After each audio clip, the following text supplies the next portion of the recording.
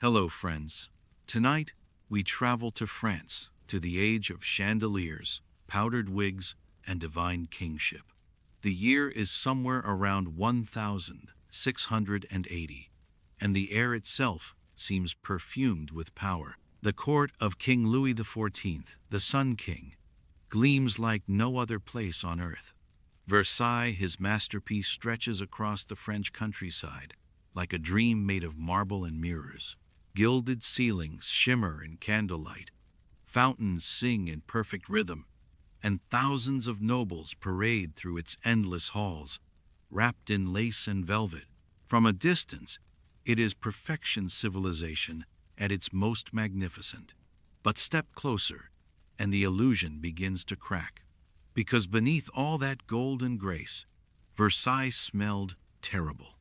Visitors spoke of it in whispers. Ambassadors arrived expecting heaven and found themselves gagging on the stench of humanity. They called it a paradise of perfume and rot.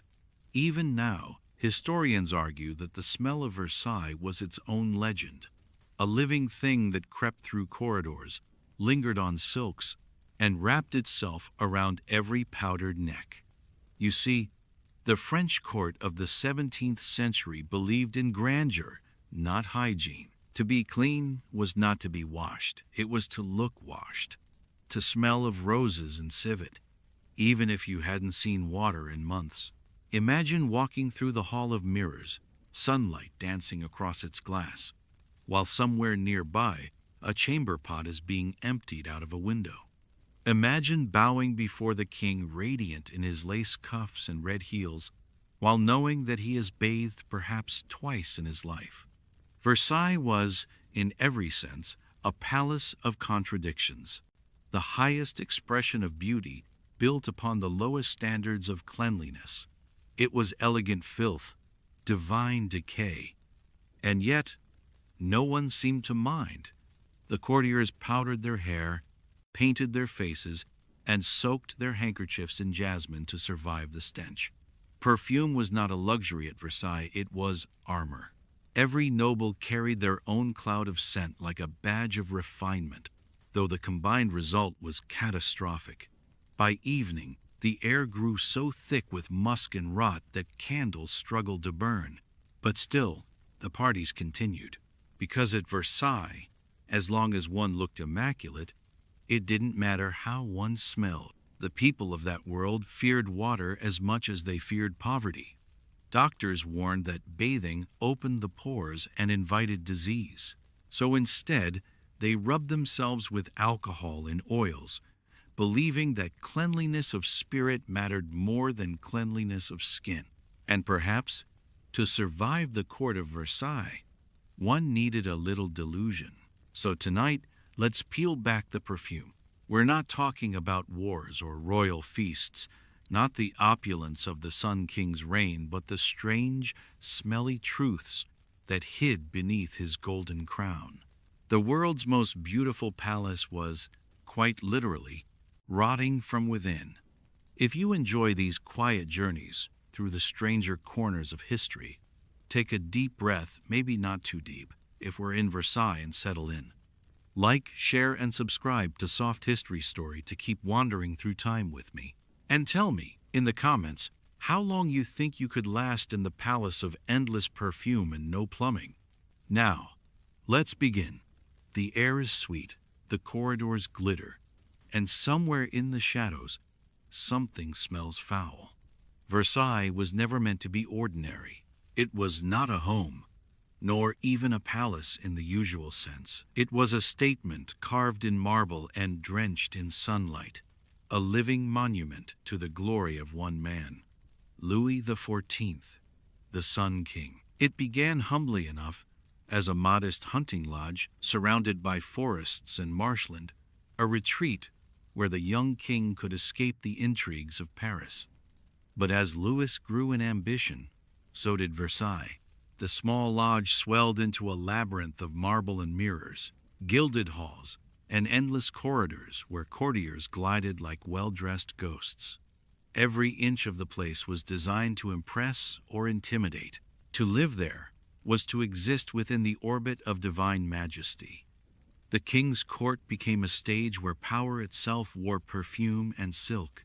Yet grandeur has a smell, and Versailles, for all its brilliance, reeked. Beneath the gold leaf and painted ceilings, under the chandeliers that shimmered like frozen suns, something foul thrived.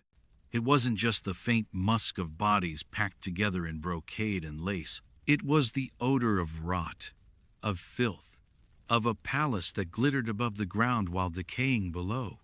There were no pipes, no sewage systems, no clean water channels. Beneath the marble floors lay not tunnels of luxury, but pits of waste, soaking through walls and foundations until even the most delicate rosewater could not disguise the truth. Versailles was beautiful, yes, but it was also alive, and like all living things without cleanliness, it began to rot from within. The court called it splendor. Visitors called it suffocation. Ambassadors from cleaner, colder nations wrote home with disbelief. They described a paradise that smelled of damp cloth, spoiled food, and humanity in its most pungent form. The air in the great halls was thick with perfume and decay, mingling in a way that confused the senses, sweet, sharp, unbearable. The gardens, perfectly symmetrical and divine in design, could not escape it either. The very soil of Versailles was soaked in centuries of excess. When foreign guests arrived, they were dazzled first, then horrified. They saw the golden gates, the mirrors reflecting endless light, the bowing courtiers moving in precise choreography, and they felt as though they had entered Olympus. But as they stepped further inside, reality struck with every breath. The scent hit them like a blow, heavy, hot, cloying. Some fainted during audiences. Others covered their faces with embroidered handkerchiefs soaked in vinegar or lavender. A few even vomited discreetly behind the marble pillars, unable to reconcile the beauty they saw with the odor they endured. Versailles, they whispered, was a garden of rot, a paradise where the air itself was punishment. And yet the French called it refinement. The courtiers prided themselves on endurance. To complain about the smell was to admit weakness, to betray a lack of sophistication. They were, after all, the chosen few allowed to breathe the same air as the Sun King himself. If that air reeked of waste and roses, so be it, it was still royal air. The king's radiance was supposed to purify everything around him, though not even divine right could conquer the bacteria that blossomed beneath his feet. At night, when the court festivities ended and the endless music faded, Versailles grew quiet but never clean. The scent lingered like a memory, woven into the curtains and the silk sheets, clinging to the hair of courtiers as they slept. Servants crept through the corridors, emptying chamber pots, scattering herbs on the floors to mask the smell, lighting candles of musk and ambergris. But it was like perfuming a corpse. The palace exhaled corruption with every draft, every gust that passed through the long, drafty halls. Louis XIV himself seemed immune to it. He moved through Versailles as though scent were beneath his notice. Perhaps he no longer sensed it, living as he did within a cloud of powder and power. His attendants would burn incense before he entered a room, sprinkle rosewater across the floors, and open the windows just enough to let the air turn, though never too wide, for fear of illness. It was believed that drafts carried disease, so the air remained trapped, recycled, and suffocating. The Sun King shone from the center of his kingdom, but the surrounding air grew darker, thicker, more spoiled with each passing day. To live at Versailles was to exist in performance, to pretend that what was unbearable was glorious. Each noble had their own small chamber, sometimes shared, sometimes no larger than a cupboard. Behind every wall, unseen, were servants hauling waste through narrow passages. Beneath the gardens, Workers dug trenches to bury what the palace expelled. The courtiers knew it, and yet they continued to parade, powdered and perfumed, stepping carefully to avoid the puddles that gathered in the corridors after a night of indulgence. It is said that one could smell Versailles miles before reaching it. The wind carried both its glory and its decay. Travelers approaching from the countryside would first see the gleaming palace on the horizon, then catch the scent, a faint, distant warning of what lay ahead. And yet they came, drawn by curiosity, by ambition, by the chance to glimpse the world's most magnificent illusion. Because that was Versailles, a place that taught the world that beauty could hide anything, even rot, that a kingdom could stink of filth and still call itself the center of civilization. And the courtiers, dressed in white wigs and lace gloves, learned to smile through it all, their nostrils flaring beneath powdered noses, pretending that the air was as divine as their king. Versailles was not merely a palace. It was a paradox, the embodiment of an age that worshipped appearance above all else.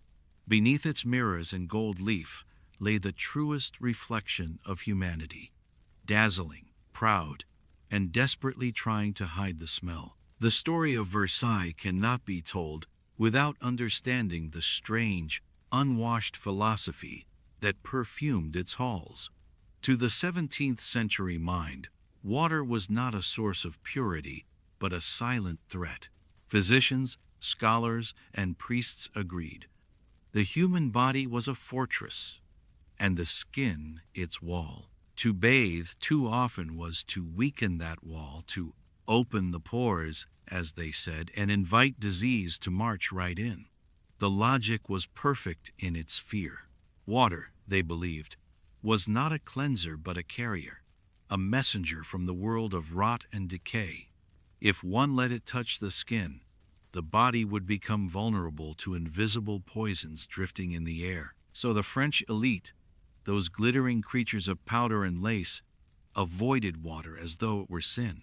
Washing was primitive, something for peasants and sailors. Nobility had refinement, and refinement, in their eyes, meant staying dry.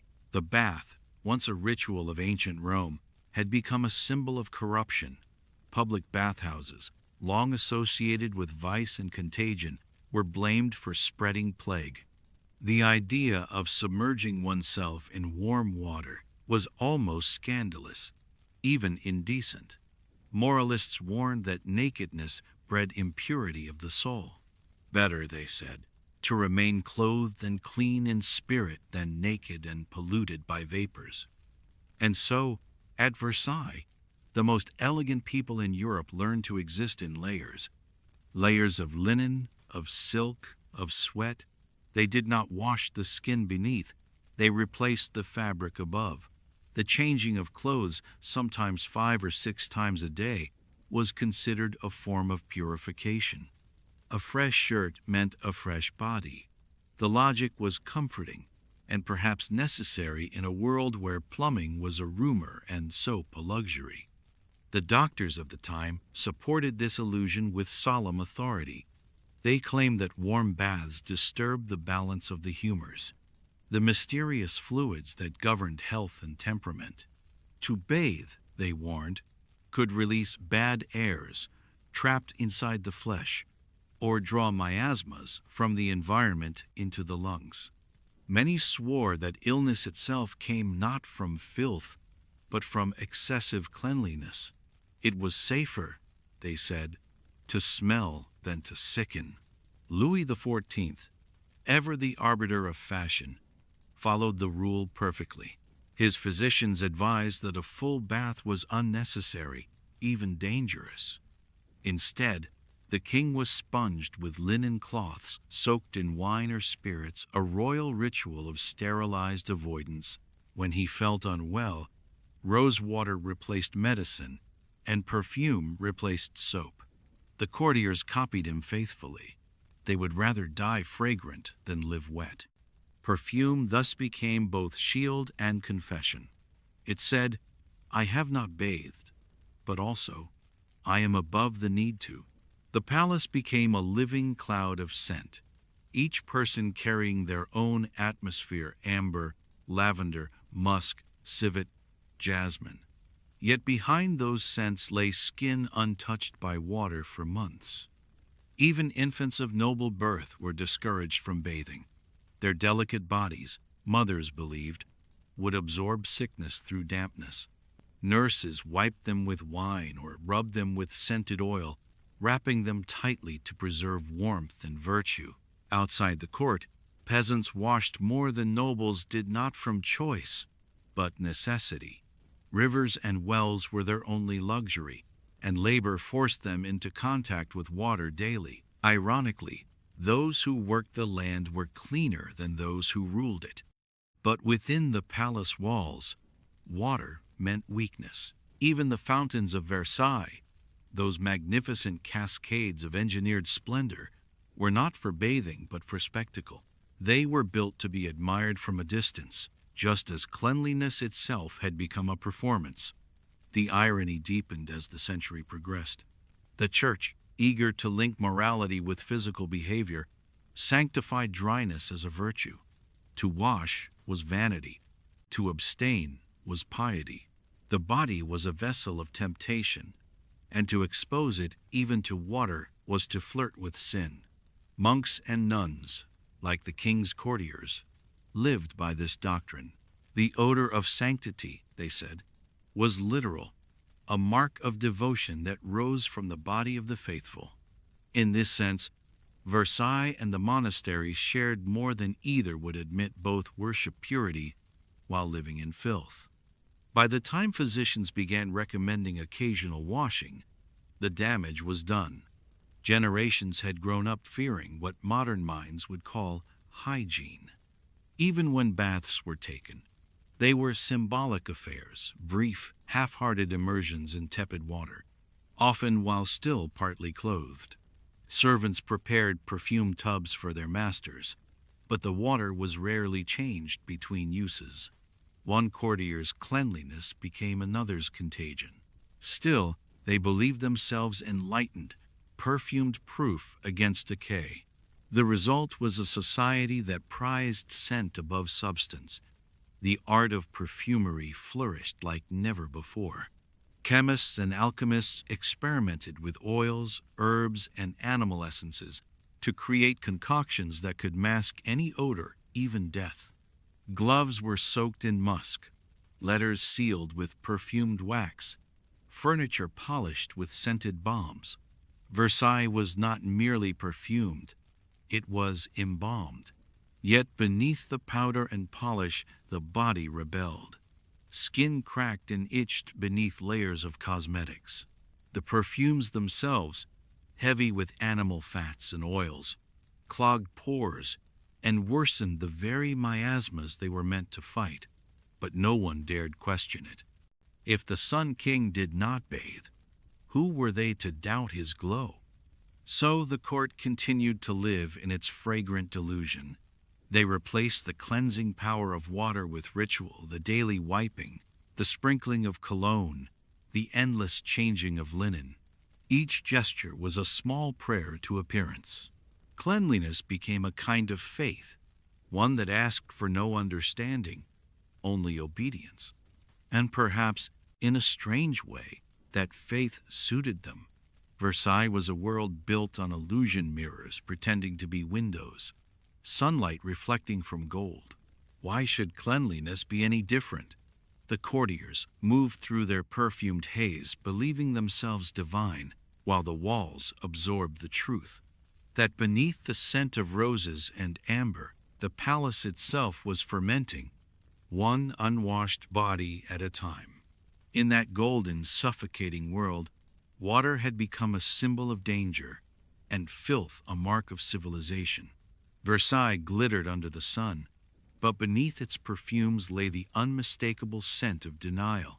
By the time Louis XIV had grown into the full glory of his reign, the belief that water was the enemy of health had been elevated to royal law.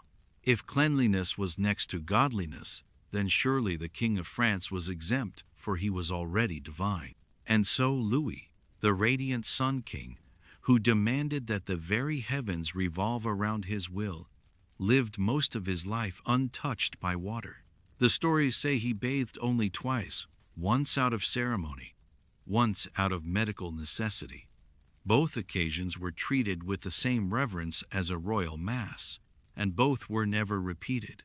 For him, bathing was not an act of refreshment, but an ordeal, something endured for appearances, not embraced for comfort.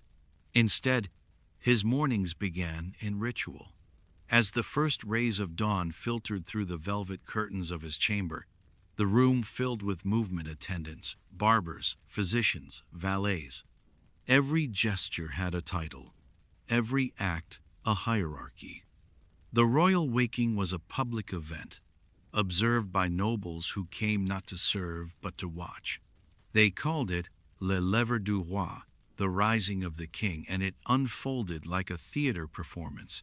Louis sat upon his bed, regal even in his nightshirt, while servants wiped his face and hands with soft linen soaked in alcohol and rosewater. The cloths, carefully wrung and perfumed, were meant to cleanse without wetting the skin too much.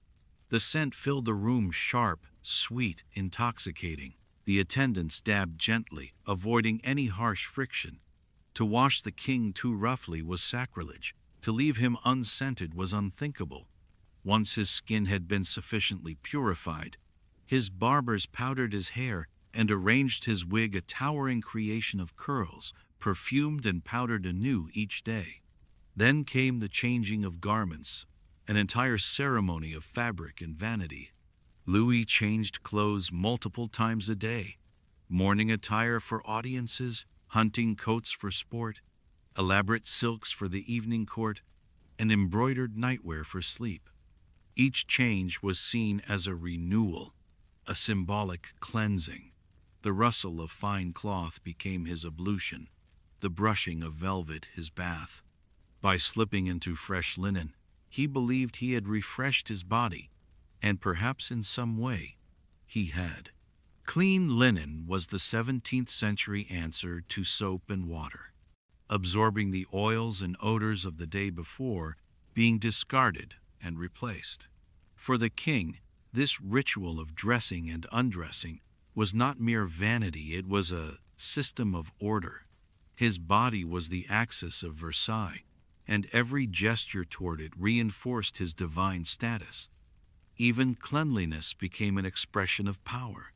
To need no bath was to be above ordinary humanity. To mask one's scent in rosewater and amber was to claim dominion over decay itself.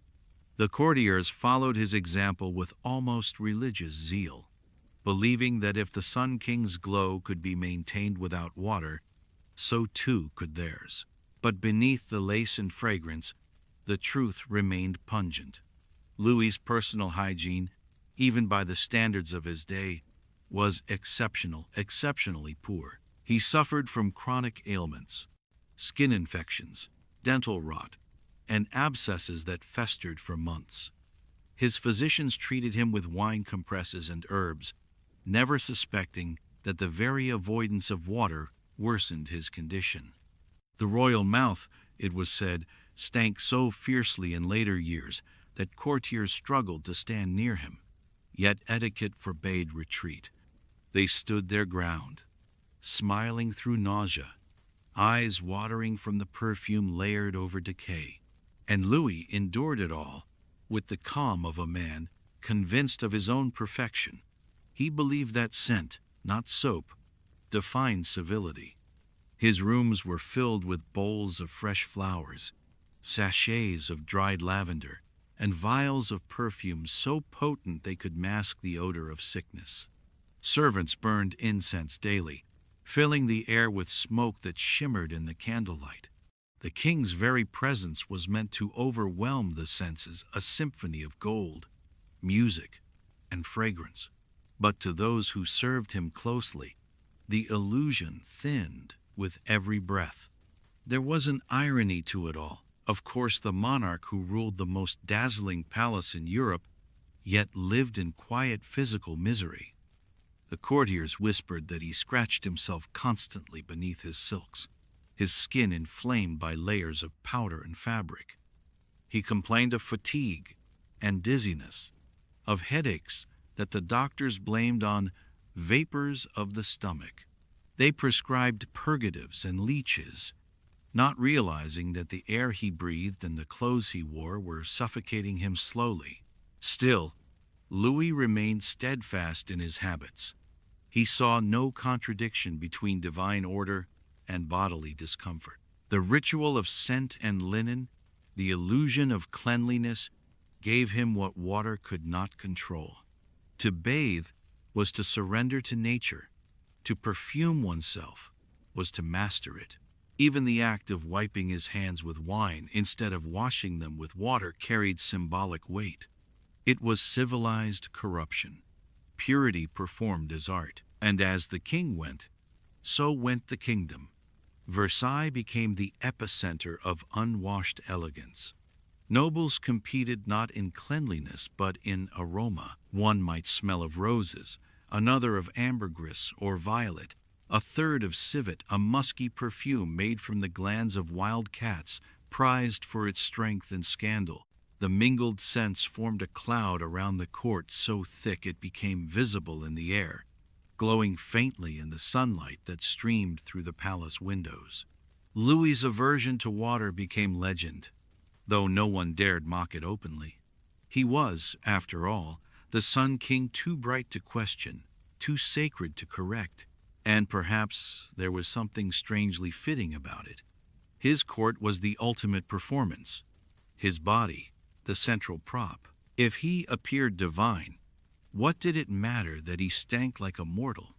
The courtiers, dazzled by his magnificence, pretended not to notice. They bowed and flattered, breathing shallowly through perfumed kerchiefs, telling themselves that the odor they endured was not of sweat, but sanctity. When foreign envoys wrote home, they marveled at the contradiction. How could the greatest monarch in Europe, master of music, art, and architecture, live in such intimate squalor? The answer was simple. He did not see it. To Louis, filth was not physical, it was moral. His grandeur purified everything around him. In his mind, even his body, untouched by water, remained clean by virtue of his divine role. The sun could not be stained by the earth. Yet history is less forgiving than flattery. It remembers him not only as the builder of Versailles and the master of Europe, but as the man who ruled over the most perfumed cesspool in history, a monarch so obsessed with appearance that he made even cleanliness a matter of performance. His reign glowed like gold and smelled like rot, and perhaps that was the perfect metaphor for his age. Under the endless shimmer of candlelight, Louis XIV remained immaculate in sight but unwashed in truth. The courtiers called him radiant. The servants who changed his linens knew better. And the palace itself, that grand stage of royal illusion, absorbed it all, the scent, the sweat, the secrecy, until it too became part of the legend. A kingdom polished to perfection, rotting quietly beneath the perfume. If Versailles had a religion, it was perfume. After all, when water was feared and soap mistrusted, scent became salvation, a fragrant illusion of cleanliness, powerful enough to hide the truth. By the reign of Louis XIV, France had turned its aversion to hygiene into an art form, and Versailles was its cathedral. The Sun King had declared that everything at court should dazzle, delight, and overwhelm the senses. The result was a palace where nothing smelled natural, not the air, not the people, not even the flowers in the gardens. The entire court moved through a fog of artifice, perfumed to the edge of suffocation. The idea was simple. If one could not banish filth, one could disguise it.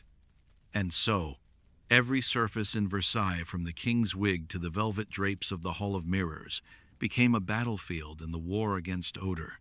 Perfume was poured, burned, sprayed, and smeared. It soaked the linen sheets, it clung to powdered wigs, it wafted from embroidered gloves. Courtiers drenched themselves in it as though scent alone could purify the soul. But the scents, mixed in layers, did not blend, they fought. Musk wrestled with rose, amber smothered lavender, and civet, that musky, almost animal perfume extracted from glands, lingered like an unwanted guest. Versailles did not smell divine. It smelled expensive, decadent, and deeply human. Perfume was no longer merely a luxury. It was armor. Beneath the layers of silk and lace, sweat and sickness waited.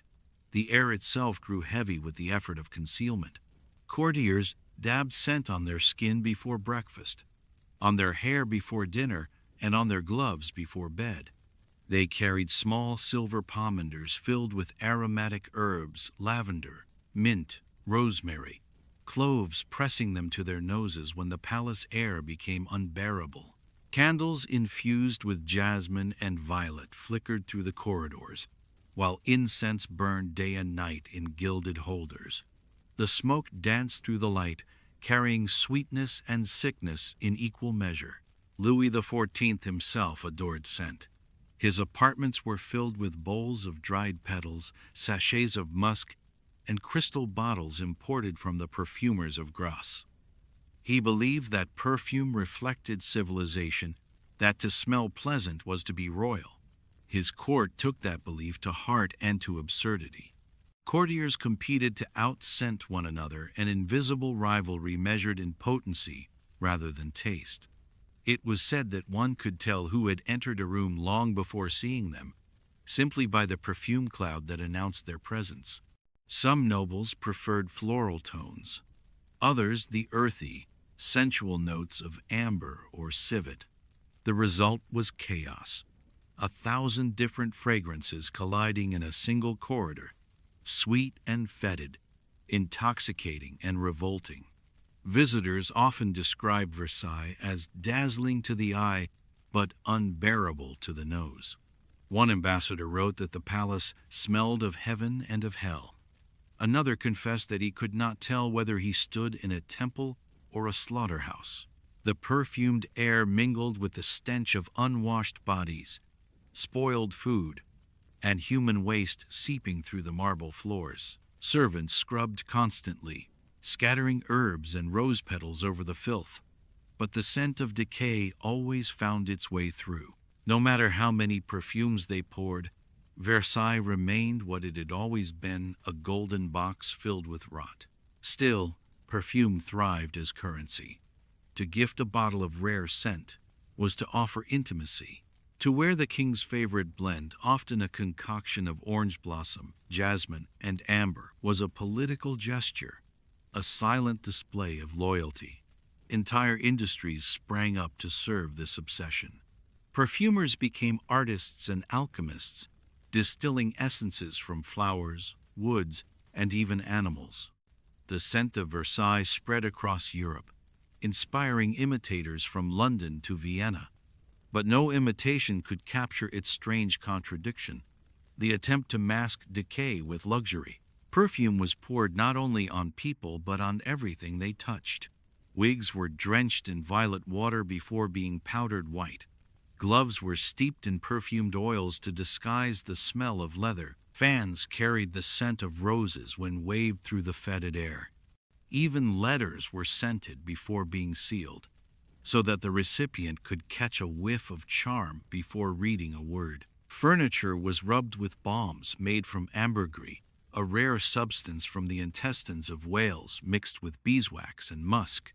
The palace itself was perfumed like a living being, its lungs filled with artificial fragrance, its breath forever sweetened to hide the stench of sickness. And yet, for all the extravagance, it was impossible to escape the underlying smell of humanity. Beneath the layers of scent, Versailles still reeked of what it refused to acknowledge: sweat, rot, and time. The courtiers' perfumes mingled with the smell of candle wax and smoke from hundreds of torches. Animals wandered freely through the courtyards, their droppings baked in the sun, blending into the floral haze. The perfume only made it worse, turning foulness into something dizzyingly complex, half paradise, half pestilence. But the courtiers did not notice, or pretended not to. They had trained themselves to inhale through habit rather than judgment. The more oppressive the fragrance, the more refined they believed it to be. To smell nothing was to be poor. To overwhelm the senses was to be rich. The air at Versailles was, in its own way, a form of propaganda proof that civilization could outshine nature, even when drowning in its own odor. For the perfumers of the age, this was a golden era. They crafted scents with poetry in their names: essence of angels, water of Venus, spirit of ambrosia. Some were delicate, others potent enough to stun the nose. Many were made from substances we would now find grotesque: musk from deer glands, civet from cats, ambergris from whales. They called it refinement. The servants who prepared it called it unbearable. When the king's chambers were freshened, the stench of animal musk was so strong that some fainted. Still, none dared complain. To breathe was to serve. As years passed, the perfume thickened, metaphorically and literally. The palace walls absorbed it, just as they absorbed every other trace of the life within. Long after Louis XIV's death, visitors said that Versailles still exhaled that ancient scent, part incense, part decay. It lingered in the draperies, in the carved wood of furniture, in the marble of the halls. Even after cleaning, the air carried a ghost of that world, as if the perfumes themselves had seeped into the history they once tried to conceal. In the end, perfume was not just Versailles' disguise, it was its identity. A palace that tried to outshine the heavens could not afford to smell human. It had to smell divine, even if that divinity was suffocating. Every breath taken within its walls was both a luxury and a punishment. The Sun King's golden halls shimmered with fragrance, but beneath the scent of roses lay the unwashed truth of empire that beauty, in excess, eventually begins to rot. For all the perfumes and pageantry that cloaked Versailles, there was one truth that could not be disguised forever. The palace stank not only of perfume and decay, but of people, quite literally. Beneath its gilded ceilings and painted angels, thousands of bodies lived, ate, schemed, and relieved themselves in a space never meant to hold so many. The courtiers liked to say that at Versailles, even the air is royal, but the air knew better. It carried whispers of musk and roses, yes, but also the unmistakable democratic scent of humanity. To modernize, the palace seems designed for grandeur. To those who lived there, it was a labyrinth of discomfort. Toilets or anything resembling them were almost non-existent. Plumbing, in the 17th century, was an invention as distant as flight or electricity. There were a few secret cabinets reserved for the highest-ranking nobles, small closets where one might perch above a crude pot or a hole lined with straw. But for most of the thousands who lived, visited, or lingered at Versailles, relief was a far less dignified affair. Chamber pots were the true thrones of the palace: ceramic or copper bowls, tucked discreetly beneath beds, behind screens, or in the corners of stairwells. The etiquette of the time, however, demanded that even the most undignified act be performed with grace. Nobles prided themselves on their composure, their ability to discuss poetry while digesting a banquet, to flirt while scratching through layers of lace and sweat, to relieve themselves while maintaining the poise of a marble statue. It was said that a well-bred gentleman could carry on a conversation while seated over a chamber pot, his tone never faltering, his expression serene. Attendants, trained in the art of polite blindness, would avert their eyes and continue serving wine or taking notes. Decorum was everything, privacy, nothing. Even the king himself was not exempt from the public performance of the body. Louis XIV conducted much of his life in full view of others, waking, dressing, eating, and yes, relieving himself. Courtiers called it la chaise du roi, the king's chair. It looked almost regal, an upholstered seat, with a discreet opening beneath. While the king attended to nature, ministers attended to business. Documents were signed, petitions granted, policies discussed, all while the Sun King sat enthroned upon his porcelain compromise with mortality. To witness this ritual was considered a privilege, a mark of intimacy with the divine. To Louis, whose life was a continuous act of theater, even digestion had its audience. The rest of Versailles followed his example, as always. Nobles took the king's indifference to modesty as a form of sophistication. Privacy, they reasoned, was for peasants and the guilty. The truly noble had nothing to hide. Conversations flowed across half-open doors and curtained alcoves, punctuated by the faint clatter of chamber pots being emptied. Ladies in silks whispered gossip behind folding screens, while their maids discreetly removed the evidence of breakfast. The marble corridors, though gleaming in candlelight, echoed with the sounds of unseen necessities. Attendants, the invisible machinery that kept the court running, bore the brunt of this fragrant chaos. Pages and valets carried pots through the halls, heads bowed, moving as silently as shadows. Their lives were a choreography of concealment. To clean without being seen, to erase without being acknowledged. The contents of those pots were dumped into barrels, which were then hauled away at night by workers who knew better than to speak of their profession. But Versailles never stayed clean for long. The palace was too vast, the people too many, and the pretense too thick. Behind the silks and mirrors, reality festered. The ornate halls were often damp, the floors sticky with spills and unseen accidents. Dogs wandered freely, marking territory among the courtiers. Children, noble or not, were prone to mischief, and servants could not always be everywhere at once. The result was a palace that glittered like heaven, but smelled like the earth. Visitors often remarked that they had to step carefully through certain corridors to avoid unpleasant surprises. Yet still, the performances continued, the smiles unbroken. Etiquette at Versailles was an art of denial. The more offensive the act, the more elegantly it was ignored.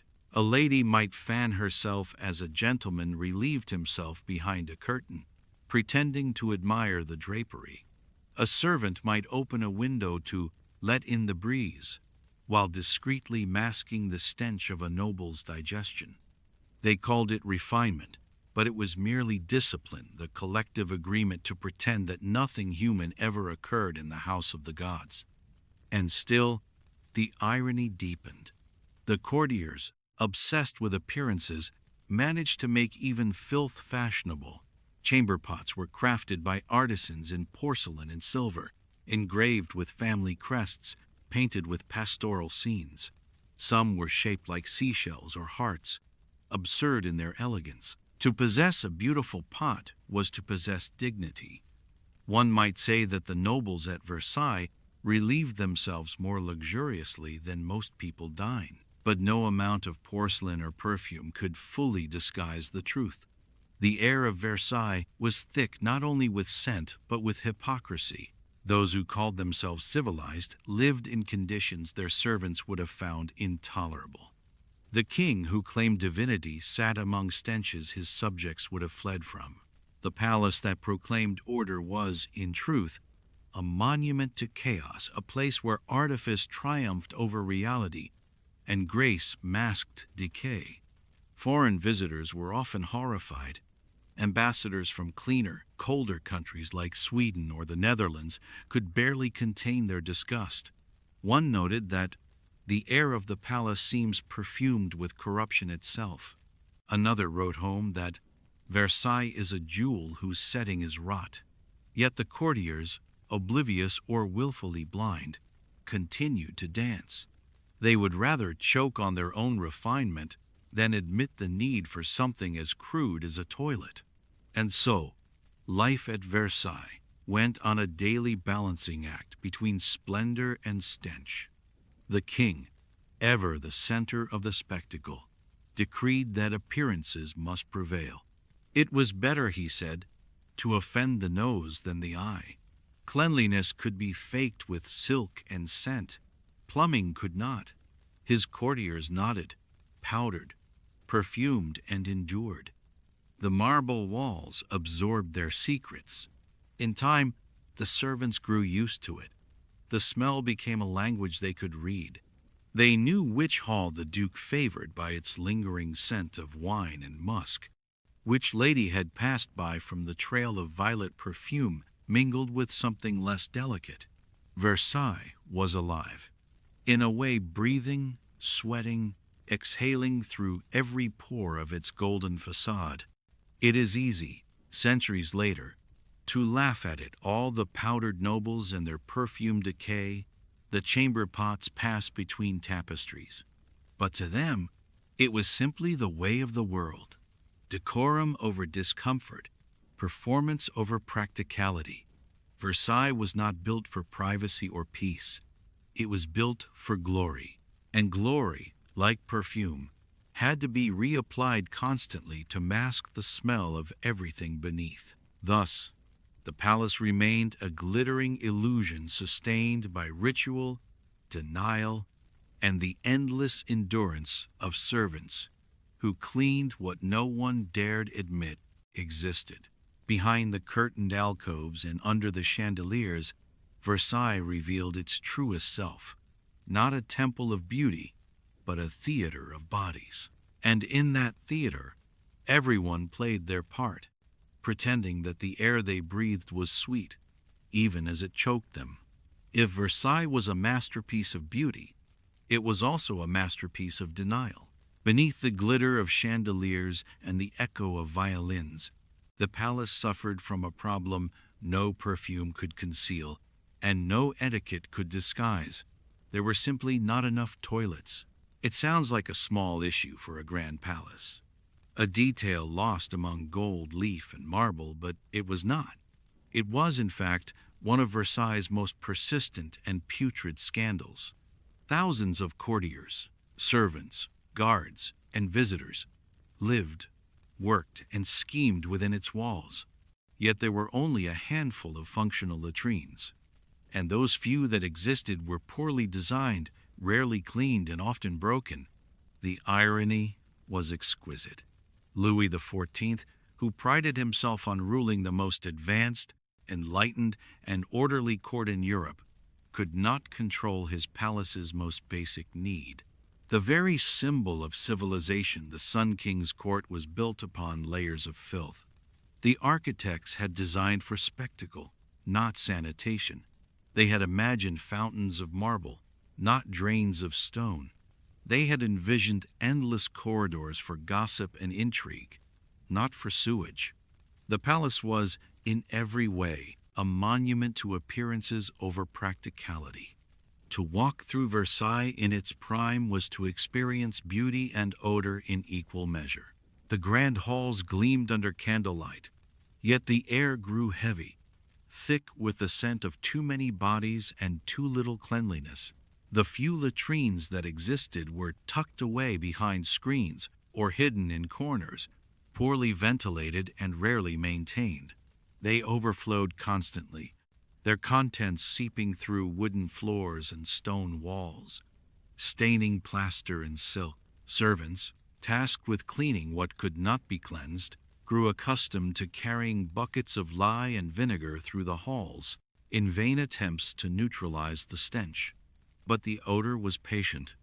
It crept through the cracks, through the gilded moldings and painted ceilings, until even the royal apartments could not escape its reach. The waste had nowhere to go. Versailles lacked a proper sewage system. Its pipes were rudimentary at best, terminating not in drains but in cesspits that filled faster than they could be emptied. Servants, desperate and overworked, found shortcuts. Chamber pots were flung into corridors when no one was looking, their contents splashing onto walls already damp with seepage. Some tossed the waste into the courtyards or gardens, where it soaked into the earth that once fed the king's flowers. The gardens of Versailles, those masterpieces of geometry and grandeur, were often fertilized by accident and by necessity. Visitors walking the gravel paths had to watch their steps carefully. Beauty here demanded vigilance. And still, the court carried on. Etiquette demanded indifference. To wrinkle one's nose at the smell was to admit weakness. To complain was to insult the Sun King himself. So the nobles endured. They powdered themselves, perfumed their hair, and laughed in the salons while the marble beneath their feet hid a damp, living secret. The palace was a paradox, a golden shell filled with rot, a cathedral of refinement resting upon the simplest failure of human design. There are records of visitors fainting during long audiences with the king, not from awe or heat, but from the suffocating air that lingered in the halls. Physicians recommended the use of handkerchiefs soaked in vinegar or lemon to cleanse the nostrils. Ladies carried pomanders small, jeweled balls filled with herbs and scented wax pressed delicately to their noses as they curtsied. Yet even this was an act of futility. The smell of Versailles was not a single odor to be masked. It was a symphony of waste, sweat, smoke, and perfume, rising in waves that refused to dissipate. At night, when the candles burned low and the courtiers retired to their rooms, the servants began their unseen work. The sound of scraping buckets and splashing water echoed through the halls. The corridors that glowed with light by day became rivers of shadow and filth by night. Chamber pots clattered as they were carried to the courtyards, emptied, and hastily rinsed. In winter, the cold froze the liquid before it could drain away. In summer, it baked under the sun, sending up a scent so thick that even the fountains could not drown it. The marble, polished and eternal, became porous with years of exposure, the stones themselves holding memories of centuries of waste. Historians have described Versailles as the most beautiful cesspit in Europe, and perhaps they are not wrong. The waste problem grew so severe that complaints reached the king himself. Foreign envoys wrote home, politely horrified, describing the palace as an earthly paradise touched by hell. The courtiers whispered about it behind their fans, but no one dared suggest a solution. After all, Versailles was sacred. To admit that it stank was to suggest that the divine monarch's home was flawed, and that was unthinkable. Better to endure than to offend. Yet, not everyone could pretend. The servants, who lived in the lowest chambers and the attics, suffered most. The lower floors close to the cesspits were perpetually damp, the smell so strong it clung to their clothes. They were the invisible casualties of royal luxury, cleaning a palace that never stayed clean. Rats thrived, feasting on scraps and sewage alike. Fleas and flies became constant companions. To work at Versailles was to exist within the machinery of opulence, unseen, unacknowledged, and perpetually breathing the palace's exhalations. Over time, the walls began to tell their own story. The grand murals of gods and angels could not disguise the discoloration beneath. Visitors noticed watermarks creeping upward from the baseboards, damp patches that no amount of gilding could hide. Servants whispered that even the marble wept from the weight of what it held. And yet, the parties continued. The music played, the chandeliers sparkled, and the nobles danced on, their shoes clicking against marble floors that hid the humblest truth, that every beauty has a cost, and Versailles was paying it in stench. There was something tragically fitting in it all, that the palace built to glorify human achievement should suffer from the most human of failings. For Louis XIV, who imagined himself as a living sun. Even filth revolved around him. The courtiers followed his example with religious precision. If the king could dine and debate in rooms steeped in their own odor, so could they. If the air was foul, they would perfume it. If the floors were soaked, they would lay new carpets. Versailles was not meant to be lived in. It was meant to be admired. But admiration fades faster than smell. By the early 18th century, the problem could no longer be ignored. Travelers wrote of rooms that reeked of corruption, of walls where the scent of decay clings like incense. Even Louis XIV's successors were forced to admit that something must be done. But by then, the damage was done not just to the palace, but to its legend.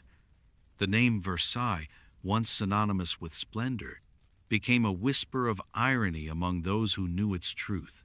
Still, the palace endured, as did its inhabitants. They continued to live, to love, to gossip, to perfume, and to pretend. Because that was Versailles, a stage on which no one could acknowledge the obvious. To speak of the smell was to break the spell. And so, for decades, the palace stood shining like the sun and stinking like the earth beneath it.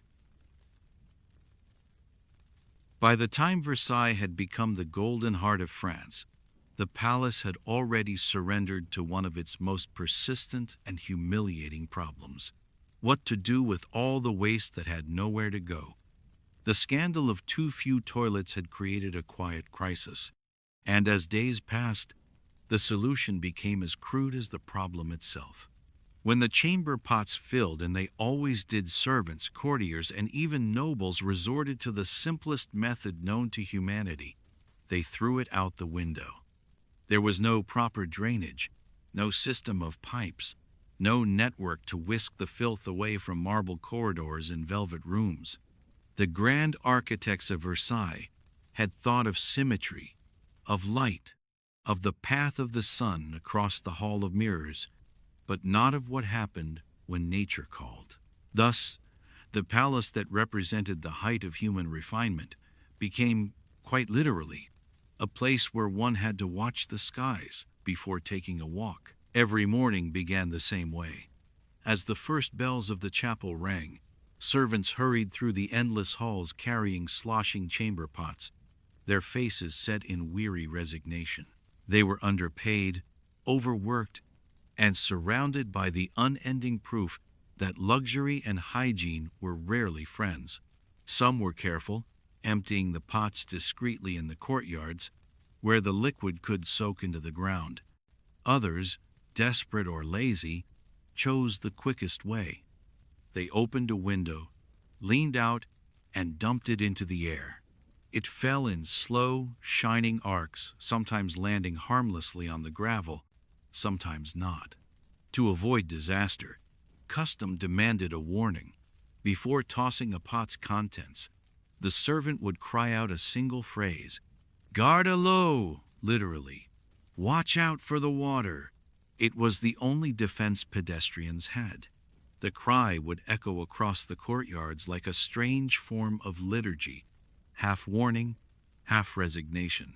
Those below knew what was coming. Some darted aside, clutching their cloaks. Others lifted the hems of their gowns and ran for shelter beneath the colonnades.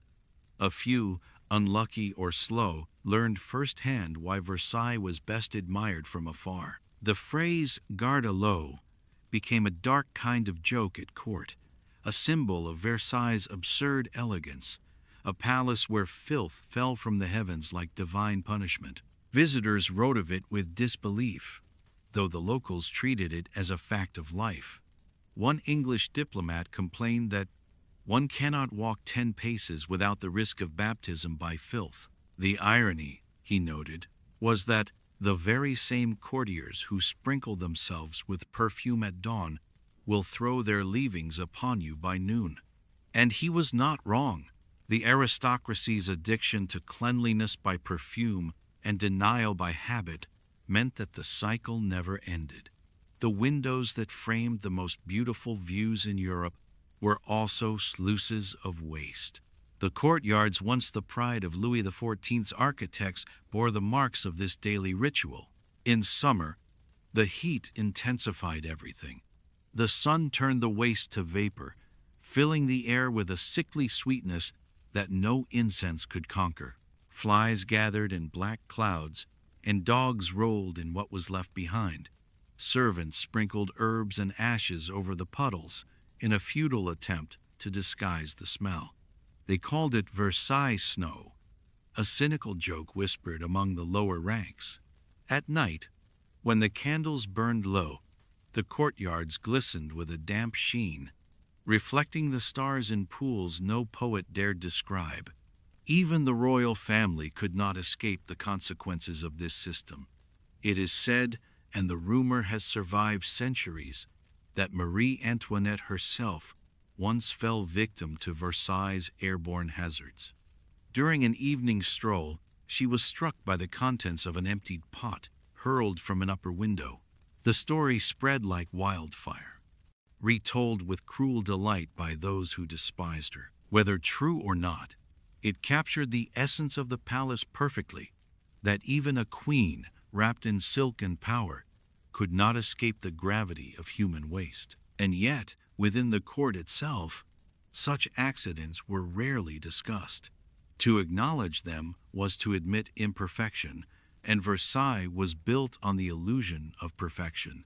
When a noble was splashed, they pretended it had not happened. A handkerchief dabbed the stain, a fan fluttered, and the conversation resumed. Decorum demanded amnesia.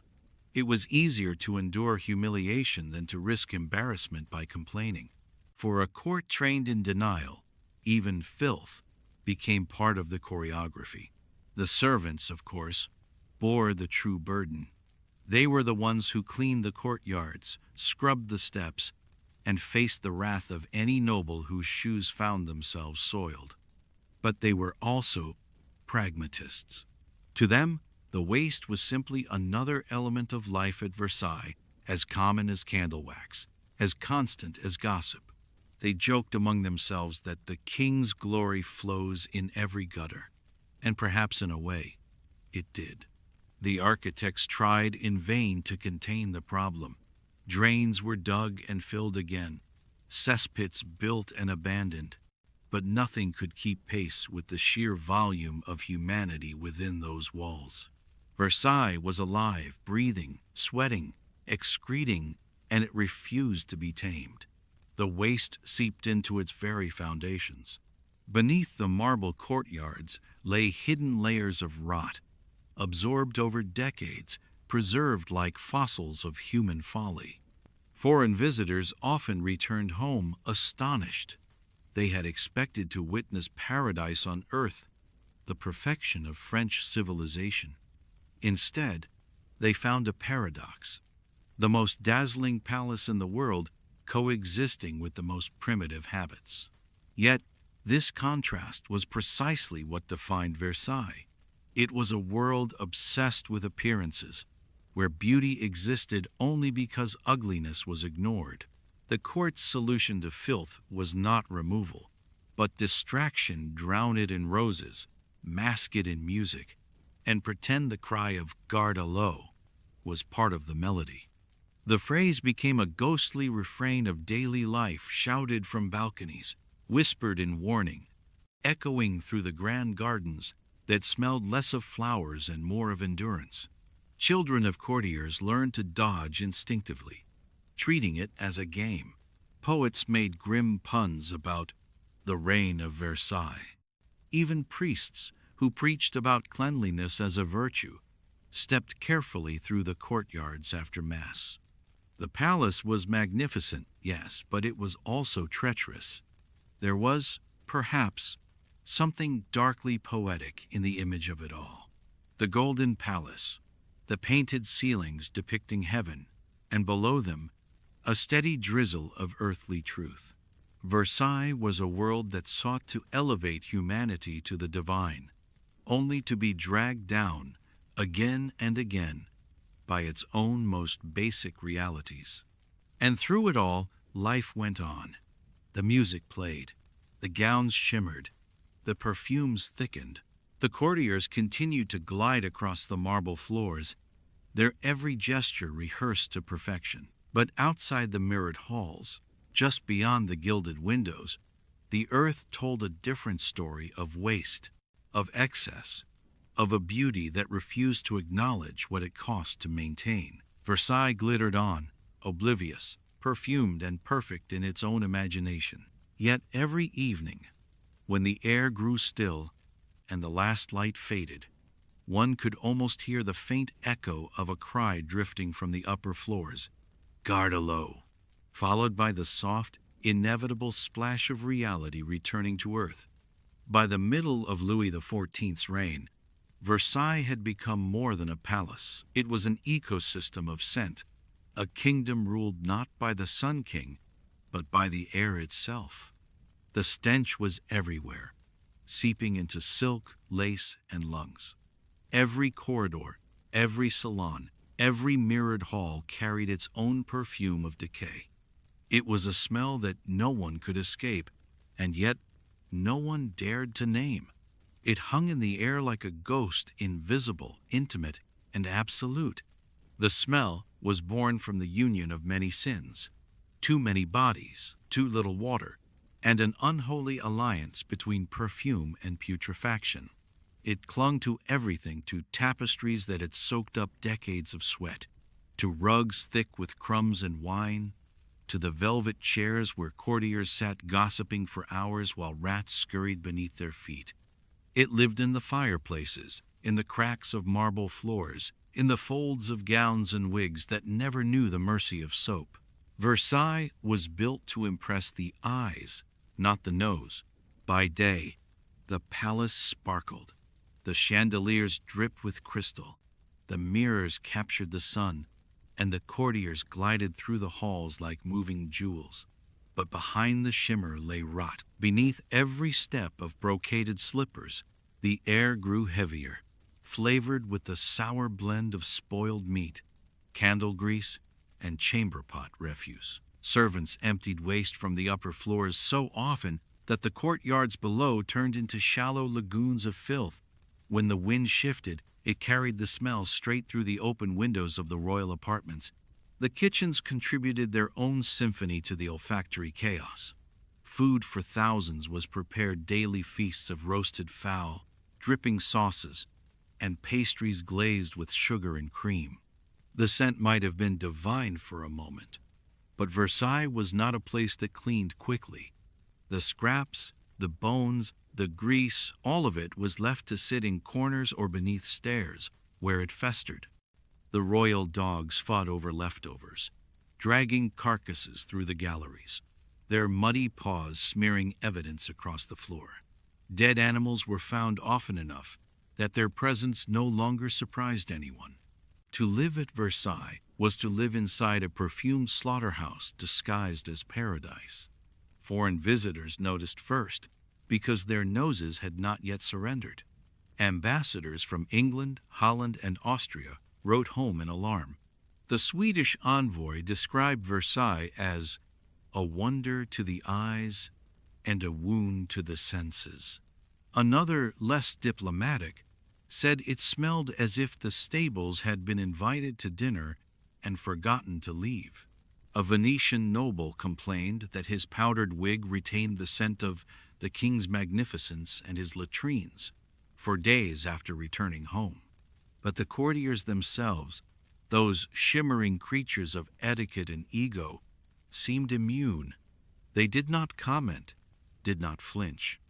To acknowledge the smell was to reveal weakness, or worse, sensitivity, which was a kind of social death. Cleanliness, they said, was for peasants. Nobility did not scrub, it endured. A body that smelled of rose oil and musk was proof of refinement, not deceit. And so they powdered, perfumed, and powdered again, each layer of scent meant to erase what lingered beneath. But perfume, like denial, has limits. The heavier it was applied, the more it mingled with the rot, until the two became indistinguishable. The court was a living paradox, obsessed with appearances, indifferent to reality. When the air grew unbearable, courtiers simply called for more incense, more pomanders, more flowers to be scattered across the floors. The result was a fragrant battlefield, lavender and civet, jasmine and sweat, sandalwood and sewage locked in eternal war. The scent of Versailles was not one smell, but thousands in conflict, fighting for dominance and losing equally. Even the royal chapel, a place meant for purity and prayer, could not escape. The incense burned constantly, not to honor God but to disguise humanity. Priests chanted above the fumes while flies hovered near the candles, drawn by the sweetness of rot. The music of devotion mixed with the hum of insects, and the faithful breathed through lace handkerchiefs. Holiness at Versailles was measured in endurance, not enlightenment. The king himself was not unaware of the odor that surrounded him. Louis XIV, who saw himself as both God and man, regarded smell as an aesthetic problem, not a hygienic one. He ordered perfumers to create stronger, more regal fragrances, scents that would declare his divinity, even as the palace drowned in filth. His court perfumer, Jean-Louis Fargin, concocted blends of amber, musk, and orange blossom, so potent they could cling to a curtain for weeks. The king's chambers were perfumed daily. The air thickened until it shimmered. Yet even the Sun King's glory could not overpower decay. Beneath the roses, something sour always remained, a whisper of the truth Versailles refused to speak. The smell shaped life at court more than politics did. Morning audiences began later in summer, when the heat made the air unbearable. Courtiers drifted toward cooler rooms or the gardens, though the gardens, too, had their problems. The canals that lined them collected runoff from the palace, stagnant water where lilies and waste coexisted. At dusk, the fountains sprayed mist that carried the faint scent of both perfume and rot, like nature itself had been conscripted into the masquerade. Yet, amid all this, the courtiers maintained their composure. That was the golden rule of Versailles. Never show disgust. To gag, to cover one's nose, to comment on the smell, such behavior was worse than vulgar. It was un-French.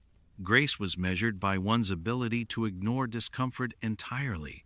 A noble could endure heat, hunger, and humiliation without blinking.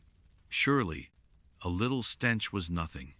So they smiled through it, their faces powdered into porcelain masks. Behind them, the servants mopped, scrubbed, and sprinkled herbs that wilted in minutes. In time, the stench of Versailles became its own legend, as famous as its mirrors and fountains. Writers described it with horror, others with awe.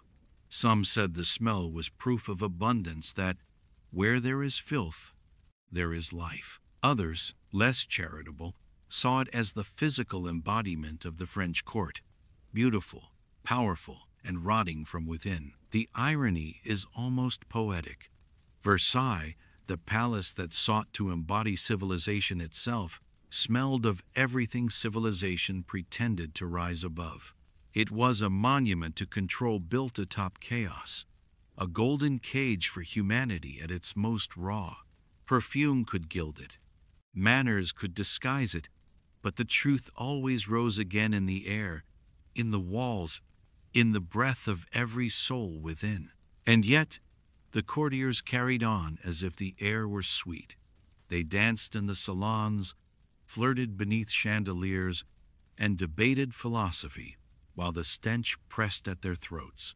Theirs was a discipline born of denial, a world that believed beauty existed only if one refused to notice the rot beneath it. Versailles had mastered the art of forgetting, and the smell was simply another secret buried beneath its splendor. When visitors later wrote that the palace glittered like heaven and smelled like hell, they were not exaggerating. Versailles was both. It was a vision of divine perfection and a testament to human imperfection, a place where every rose carried a shadow and every fragrance fought a losing battle against decay. If the air of Versailles reeked of decay, its morals were little fresher.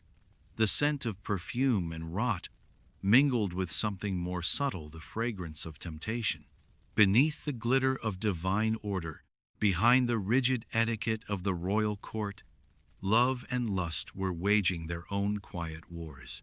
Versailles was, after all, a stage, and like any stage, its performers wore masks. Behind those powdered faces and silken smiles, desire pulsed like a hidden current, strong enough to shake even the most sanctimonious of men. And at the center of it all stood the Sun King himself, Louis XIV, the man who ruled France by divine right, condemned sin in public sermons, and practiced it nightly in his own bedchamber.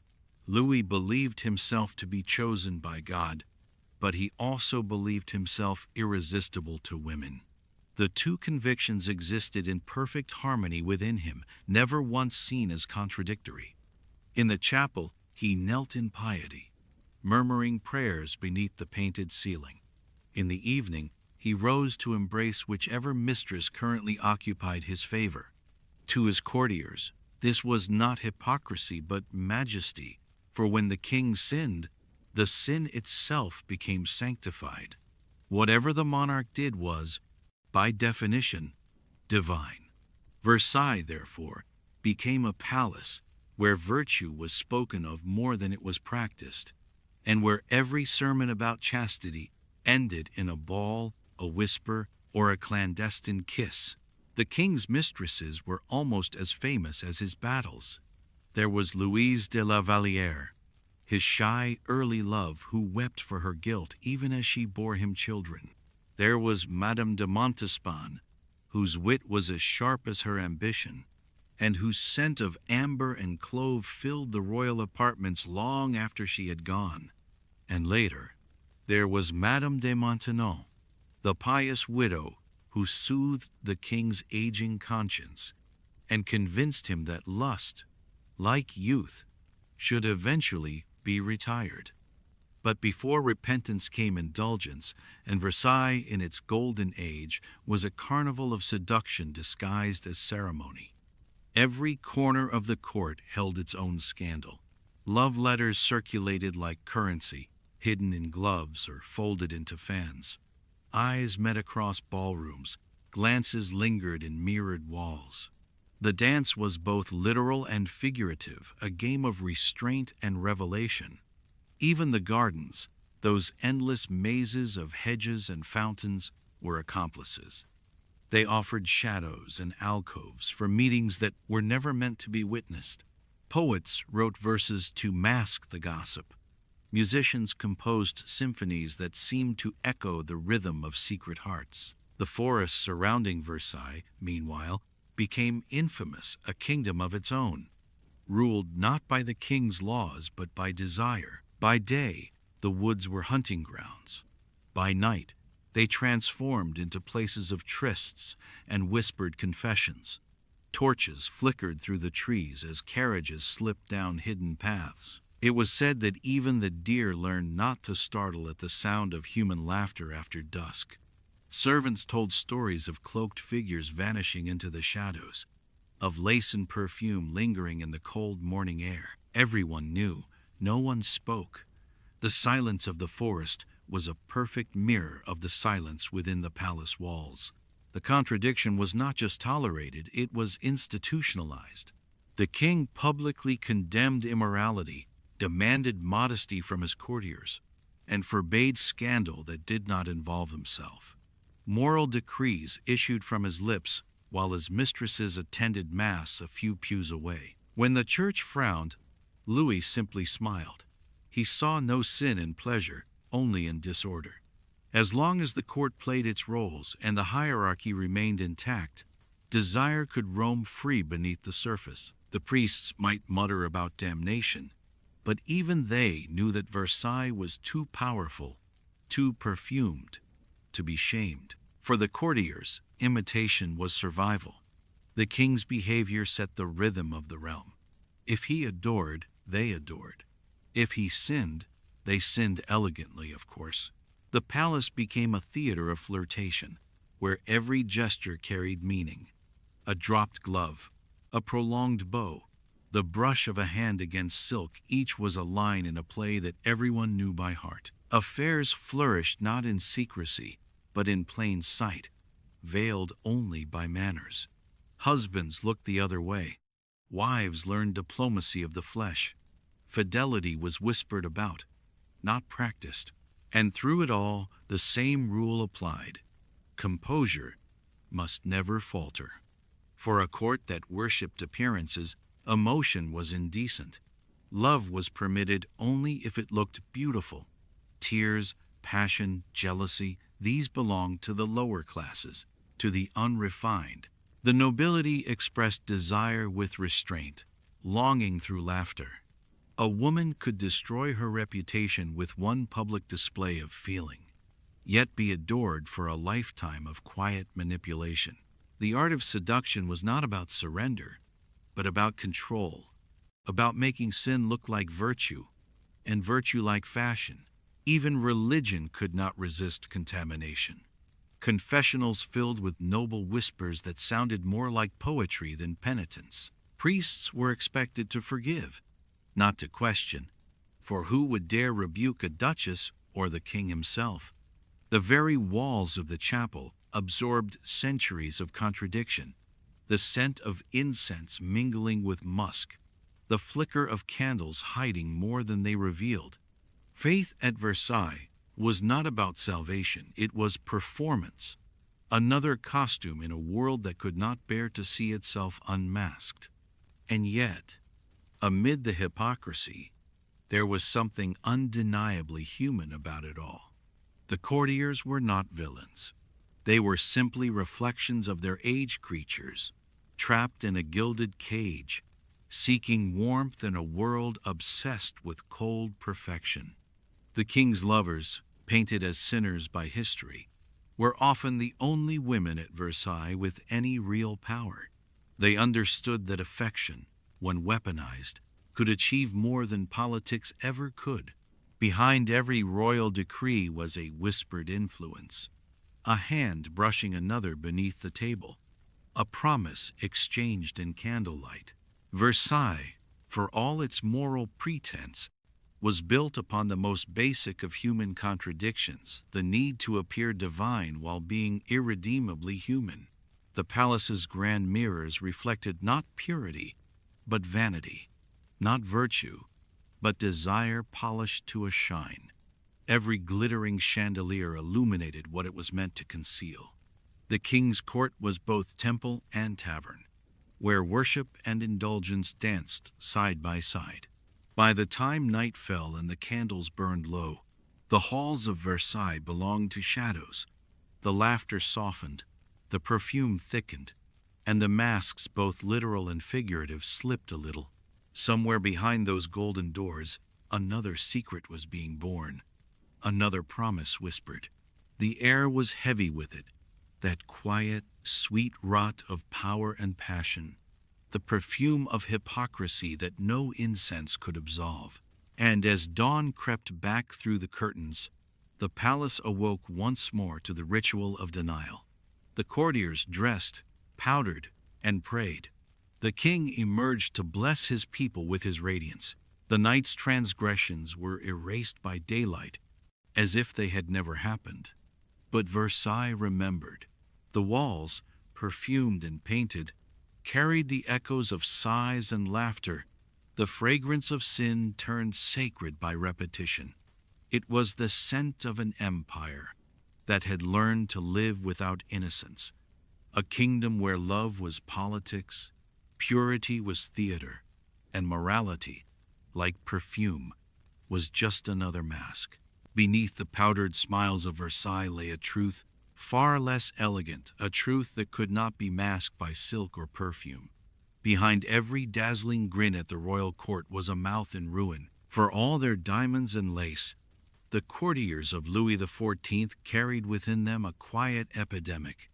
the slow, sweet decay brought by sugar. The palace that sparkled in candlelight hid a darkness of a different sort, one born not from sin or scandal, but from indulgence. It began at the dining table, where luxury was devoured in every form, and ended with the rotting of teeth that could no longer chew it. Sugar, in the 17th century, was not a common pleasure.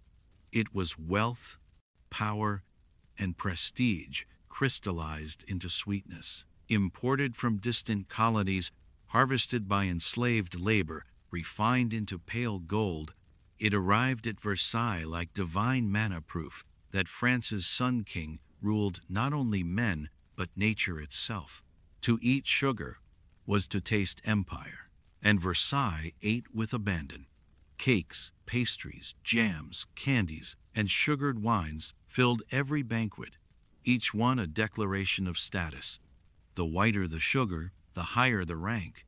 The sweeter the dish, the more refined the soul, or so they believed. But indulgence has its price, and in Versailles it came due in bone and blood. The mouths that smiled through the gilded mirrors of the Hall of Mirrors were, beneath their rouge and powder, a battleground. Cavities bloomed like black flowers. Gums receded, teeth loosened, breath soured. What began as pleasure turned quickly into rot, and though the courtiers spoke endlessly of grace and beauty, their mouths betrayed them. The rot could not be hidden forever, not even behind the most delicate fan. Louis XIV himself suffered the curse of his own banquet tables. The king who ruled France with iron will and golden crown could not rule his appetite. He adored sweet wine, candied fruit, and pastries thick with syrup. In time, his mouth became a ruin. His royal dentist, a man named Antoine d'Aquin, recorded that by the king's later years, every tooth had been lost to decay or extraction. One by one, they had been pulled, sometimes without anesthetic, sometimes with instruments that cracked bone along with enamel. The king's jaw became so damaged that a hole opened between his mouth and his nasal cavity. When he tried to eat, liquid would seep out his nose. Even the Sun King could not shine through such agony. The smell was said to be unbearable. Courtiers who attended the king's audiences described holding perfumed handkerchiefs discreetly to their faces, not from rudeness but survival. One foreign ambassador noted, "His Majesty's breath clears the chamber faster than his temper." It became a grim sort of joke among the servants that when the king smiled, it was best to step back. And yet, even in this misery, Louis refused to surrender his vanity. He continued to eat, to speak, to command, pretending that nothing was wrong. Pain, after all, was unseemly for a monarch. His courtiers followed his example, not out of courage but imitation. They too loved sugar not just for taste, but for what it represented. To refuse dessert was to seem uncivilized. To decline a glass of sweetened wine was to appear ungrateful. The result was predictable. One by one, the nobles lost their teeth as the century wore on. Versailles became a palace of beautiful faces and ruined mouths. Conversation became an art of breath control. Words were chosen carefully, not for their meaning, but for how little they required one to open the lips. Some nobles developed the habit of speaking through clenched teeth, giving their speech an oddly regal restraint. To mask the odor, the courtiers resorted to their oldest ally, perfume. But this time, they applied it not to the skin, but to their mouths. Cloves were chewed, rose petals pressed between the tongue and teeth, and powdered cinnamon scattered across decaying gums.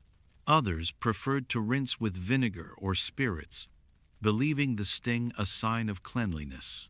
Some carried small silver boxes of scented pastilles, lozenges made of musk, amber, and sugar itself, the very substance that had doomed them. It was a circle of exquisite irony. They used sugar to hide the damage sugar had done. Even the queen's ladies were not spared. The ideal of feminine beauty in the French court demanded a pale face, bright eyes, and theoretically perfect teeth. But by mid-century, perfect teeth were a myth. Portraits from the time show women with closed mouths, smiling gently without showing what lay behind the lips. The painters knew better than to risk realism. To smile openly was to reveal not charm, but corruption. Versailles learned to smile with the eyes, with the fan, with silence. Dentistry in the 1600s was, at best, theatrical horror. When the rot became unbearable, the cure was worse. Teeth were pulled not by medical professionals, but by barbers or tooth drawers, who operated in the courtyards with instruments that resembled torture devices. Screams echoed through the marble halls, sometimes mistaken for singing lessons by those too polite to inquire. A successful extraction was celebrated with applause, an unsuccessful one with a priest. At Versailles, beauty was measured not in health, but in the ability to suffer gracefully. The king's decayed mouth became a metaphor for his reign, magnificent on the surface, but rotting beneath the gold. Courtiers whispered that the pain made him cruel, that each decree he signed carried the bitterness of his own suffering. Whether true or not, it was poetic justice. The monarch who had devoured the world now could not chew his bread. As the king aged, his physicians prescribed all manner of remedies. They washed his gums with wine, rubbed them with crushed pearls, even applied powdered toad as a poultice. Nothing worked. His breath became so infamous that foreign guests began to avoid standing too near during ceremonies. The court adapted, as it always did, turning misery into etiquette. Rooms were arranged with greater distance between chairs. Handkerchiefs were perfumed with vinegar or rosemary. Fans fluttered like white wings whenever the king spoke for too long. Yet through it all, no one dared mention the truth. To speak of the king's decay was treasonous. To notice his humanity sacrilege. So they smiled, all of them, with their painted faces and empty mouths, pretending that sweetness had not turned to poison. Versailles continued to feast, to toast, to praise the brilliance of a monarch who could no longer taste his own glory. The tragedy, of course, was not limited to one man. Sugar had become a symbol of civilization itself, proof that humankind had conquered nature. The court's obsession with refinement, its addiction to pleasure, was distilled into that single grain of sweetness. They did not know, or perhaps did not care, that sugar carried the ghosts of the plantations from which it came. The sweat of those who harvested it under the Sunday, the rot in their mouths was merely the echo of a larger decay, moral, social, imperial. Versailles' golden age was built on sweetness, but sweetness always rots. By the early 18th century, the French court had learned to live with its pain. Toothlessness was fashionable. Lisping became chic. A noblewoman could joke that her missing teeth made her voice softer, more delicate. Men had their portraits painted with lips pressed together, their smiles reduced to polite gestures. Even in agony, the illusion of perfection was maintained. And so, the palace continued to shine a monument of brilliance and breathlessness. Behind its polished mirrors, the courtiers laughed carefully, chewed gingerly, and kissed through layers of powder and scent. The air was filled with sweetness, yet beneath it all lingered the faint, sour undertone of decay. Versailles had mastered the art of transformation, turning rot into ritual, disease into elegance, and suffering into the price of beauty. For centuries afterward, the legend of the king with no teeth would haunt the memory of Versailles. It was said that when he smiled, the chandeliers dimmed, as though even light itself recoiled. But perhaps, in his hollow grin, there was a kind of truth, the reflection of a court that had devoured itself from within, until nothing remained but the taste of its own excess. The obsession with appearance at Versailles was not limited to silks and jewels. It crept into every mirror, every reflection, every mouth that dared to smile beneath the chandeliers. After all, the court of Louis XIV was not built upon truth, but upon performance, and even decay could be disguised if powdered finely enough. When the sweetness of sugar had rotted their teeth, the courtiers did not seek health. They sought illusion. What mattered was not what one was, but what one appeared to be. And so began one of the strangest rituals of royal hygiene, the art of faking cleanliness. By the late 17th century, aristocrats had abandoned any real attempt at dental care. They did not understand the connection between sugar and rot, or between washing and health, but they understood beauty, or, more precisely, the fear of losing it. Teeth, in their minds, were not organs to be preserved, but ornaments to be displayed. When those ornaments began to blacken or fall, something had to replace nature's failure. The solution, as always in Versailles, came in the form of powder and perfume. The favored method for whitening teeth was brutal in its refinement. A mixture of crushed coral, powdered chalk, and sometimes ground pearls was brushed directly onto the enamel. It glittered faintly, like snow in candlelight, giving the illusion of purity. But beneath the shimmer, destruction spread. The coarse particles scraped away what little enamel remained, leaving the teeth weaker with every attempt to brighten them. Yet no one cared. Pain was fashionable. Decay, invisible under artifice, did not exist. Courtiers smiled through the sting, their gums bleeding beneath their rouge. Some took the ritual further, blending the whitening powders with vinegar or wine to create a paste that burned the mouth. Alcohol was seen as cleansing, even sanctified a purifying fire that could drive out corruption. The truth was that it only hastened it. The acid eroded enamel, the alcohol dried the gums, and infections took root where vanity had planted them. Still, they persisted. In a palace where appearances defined worth, even the illusion of cleanliness was better than the admission of rot. The recipes for these so-called oral cosmetics were passed around like love letters. One duchess swore by powdered coral from the coast of Brittany, claiming it restored the smile of youth. Another recommended a concoction of burnt bread and honey, which, she said, removed unsightly stains while leaving the breath as sweet as spring. A nobleman, more daring, used mercury mixed with herbs, a deadly practice that left his gums black, but his confidence intact. Every mouth became a small laboratory of folly. Each experiment another step toward ruin. Mouth rinses were no better. The belief that alcohol and herbs could mask odor turned the court into a communion of spirits, not the holy kind, but the kind poured from decanters. Wine, brandy, and gin were mixed with rosemary, mint, or cloves, and swished with fervor. For a few minutes, the mouth tingled with freshness.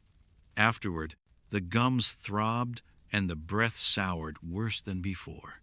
The aristocracy was literally drinking their hygiene, burning their mouths in pursuit of what they could not restore. And always there was perfume. It was the answer to every failure. When the mouth could no longer be cleaned, it was scented. Small sachets of herbs or orange peel were tucked inside cheeks.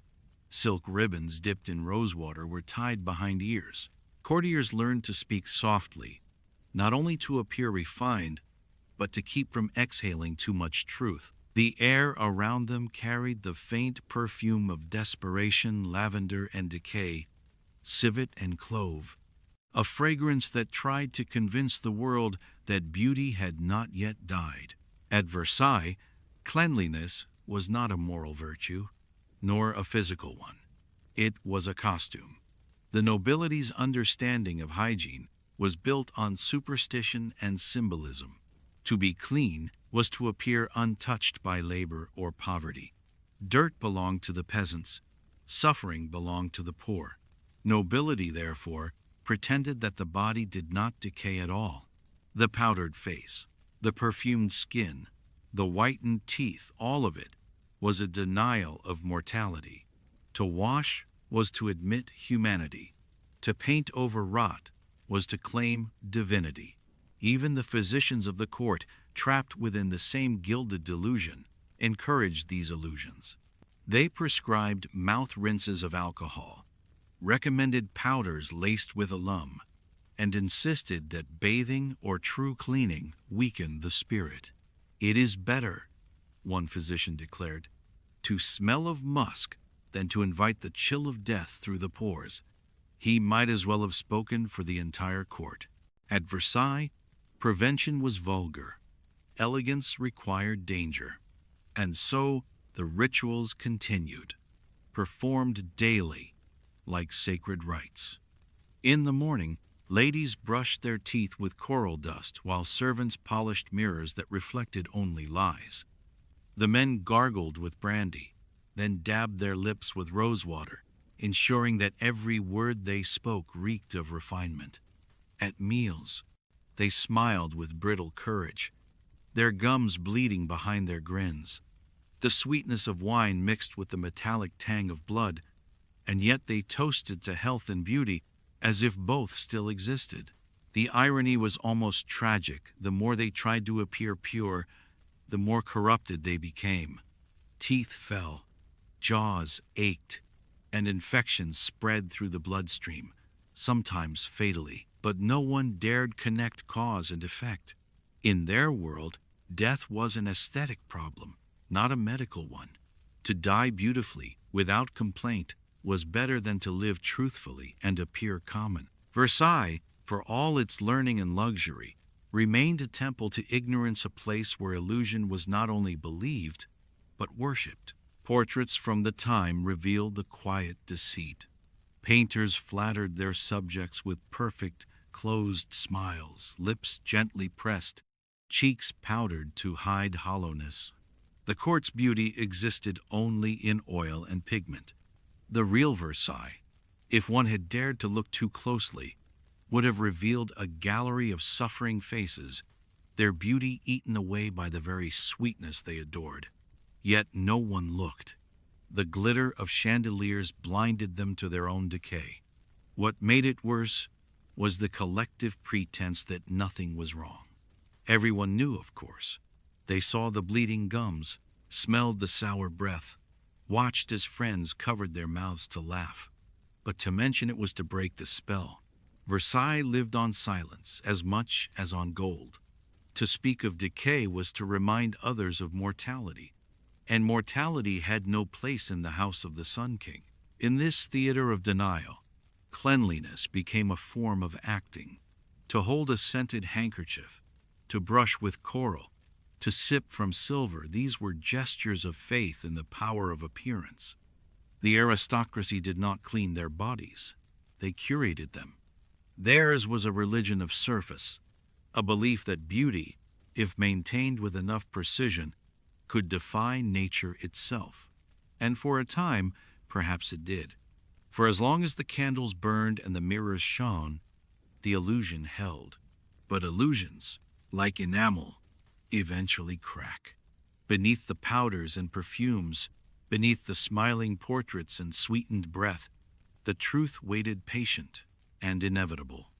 The teeth of Versailles, like its morals and its air, were crumbling.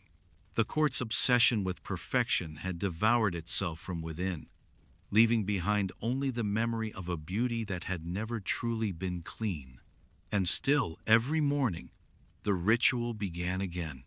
The brushing, the gargling, the perfuming, a palace of ghosts, polishing their reflection in the mirror of denial. Versailles, ever radiant, ever rotten, its smiles as fragile as porcelain, its elegance built on the ruins of its own decay. If the rot of Versailles began in the mouth, it reached its grandest performance upon the head. The obsession with illusion did not stop at smiles or scent. It extended upward, curling itself into towers of powdered vanity. By the late 17th century, the French court had discovered the most extravagant lie of all, the wig. It began, like so many royal trends, with insecurity. When the Sun King's hair began to thin, he did not retreat into humility. He created fashion. Louis XIV, the man who ruled armies, art, and etiquette, declared that baldness itself could be conquered with artifice. And so, a symbol was born. The first wigs of Versailles were not the grand, sculpted monuments one imagines from portraits. They began simply thick, curled pieces of horsehair and human hair woven together to disguise the creeping reality of age. But as with all things touched by the court, modesty was short-lived. The king's own wig maker, Benoit Binet, transformed the accessory into an empire. The larger the wig, the greater the prestige. Each strand was a declaration of status, each curl a measure of influence. The aristocracy, ever eager to imitate divinity, followed their sovereign's lead. Within years, Versailles shimmered beneath a blizzard of white powder and curling locks. To appear bareheaded was almost scandalous. Hair became not just decoration, but armor, a barrier between one's body and the world. It was said that a noble's dignity began at the hairline. Servants, soldiers, and even priests adopted lesser versions, creating an entire hierarchy of hair. The style itself became a language. High curls for power, soft waves for youth, dark for dignity, pale for flirtation. In candlelight, the ballroom gleamed like a sea of powdered clouds, each head a fragile constellation of pride and perfume. But beneath those powdered halos lurked a crawling secret. The wigs of Versailles were magnificent and alive. Lice, fleas, and mites found paradise among the layers of powder, pomade, and sweat. Human hair, after all, is not easily cleansed when stitched into wigs and worn daily. Courtiers scratched discreetly with fans or the tips of jeweled combs, turning discomfort into an art form. A graceful scratch behind the ear was almost a mark of sophistication. The very act of enduring the itch without grimace became a sign of refinement. Pain, once again, was proof of elegance. Each wig was a world unto itself, built from hair gathered from barbers, peasants, and even the dead. The finest came from Italian monasteries, where nuns sold their cut hair for profit. To wear another's hair was no sin, only a sign of wealth. The irony was that beneath the veneer of beauty, each noble carried a patchwork of humanity upon their scalp. It was the most intimate mingling imaginable, though few would have dared to think of it that way. They wore death as fashion and parasites as companions, and called it grace. The maintenance of these wigs was its own ritual of absurdity. They could not be washed. Water would destroy their shape and powder, so they were instead refreshed. Servants lifted them carefully from their owners' heads and beat them with brushes, releasing clouds of white dust into the air. The smell of old pomade, rancid with age, mixed with the sweet scent of lavender or bergamot, forming a perfume that clung to every room. When the lice became unbearable, the wigs were taken to the kitchens, where they were baked near the hearth. The heat drove out the vermin temporarily, though not always completely. A careless cook might scorch the curls, turning nobility into crisped absurdity. Still, this was considered preferable to the humiliation of scratching in public. Others preferred the boiling method, an extreme act of cleanliness, performed not for hygiene, but for dignity. The wig would be submerged in hot water laced with vinegar, killing whatever crawled inside. Servants would then hang the dripping mass by the fire, waiting for it to dry and stiffen into something resembling its former grandeur. When it was ready, it was powdered again, perfumed again, and returned to its owner's head, as though rebirth were as simple as boiling and scenting. The lice, of course, always came back. The powder itself, that fine white dust that crowned every noble head, was its own menace. Made from ground starch or bone, often scented with orris root or violet, it coated wigs, clothes, and lungs alike. When a noble entered a room, the air shifted, filled with the faint mist of vanity. Servants coughed silently, careful not to disturb the illusion. The powder fell like snow upon the marble floors, mixing with sweat, perfume, and soot. Versailles gleamed under its constant haze, beautiful from afar, but suffocating up close. At court events, the preparation of wigs was almost military in scale. Hours were spent arranging curls, adjusting height, and securing balance. Some were so heavy that wearers could not nod without risk of collapse. The tallest styles required support frames and hidden wires, while others incorporated ribbons, jewels, even miniature ships or gardens to display creativity. A single evening's appearance demanded an army of hairdressers, perfumers, and servants. Beneath the elegance was exhaustion. Beneath the elegance was infestation. But no one spoke of that. To mention the lice was to confess humanity, and humanity had no place at Versailles. There is something tragic in the image of those powdered heads, shining symbols of control that concealed chaos. The nobility built their beauty upon denial, refusing to admit that nature, like rot, always finds a way through. They lived in a constant state of performance, smiling through decay, perfuming through filth, and scratching through silence. The lice crawling under their wigs were a quiet rebellion, a reminder that no matter how divine they imagined themselves, they remained mortal. Louis XIV himself was never without his towering wig. Each morning, as courtiers gathered to witness his lever, the king was dressed like a statue, every gesture calculated, every curl perfect. His wig alone weighed several pounds, the powdered curls flowing over his shoulders like a lion's mane. It was part of his identity, his armor of authority. But beneath it, his scalp was said to be blistered from constant friction and sweat. Servants brushed and repowdered it daily, their hands trembling, for to ruin the king's wig was to risk exile. The Sun King, who ruled by image, could not be seen imperfect. Even his hair, false as it was, had to radiate majesty. And yet, even in that perfection, there was discomfort. The heat trapped beneath the wigs during summer was unbearable. Men fainted at court functions. Women complained of migraines so severe they could barely stand. Some shaved their heads entirely, not for fashion but necessity, surrendering their own hair to the tyranny of wigs. Others stuffed herbs or linen between scalp and wig, hoping to absorb sweat or keep insects away. Nothing worked. The body rebelled quietly, but the court endured noiselessly, for to remove one's wig was to remove one's dignity. Versailles had become a theater of falseness, where everything from the smell of a room to the hair upon one's head was an elaborate lie. The wigs were not merely ornaments, they were symbols of denial.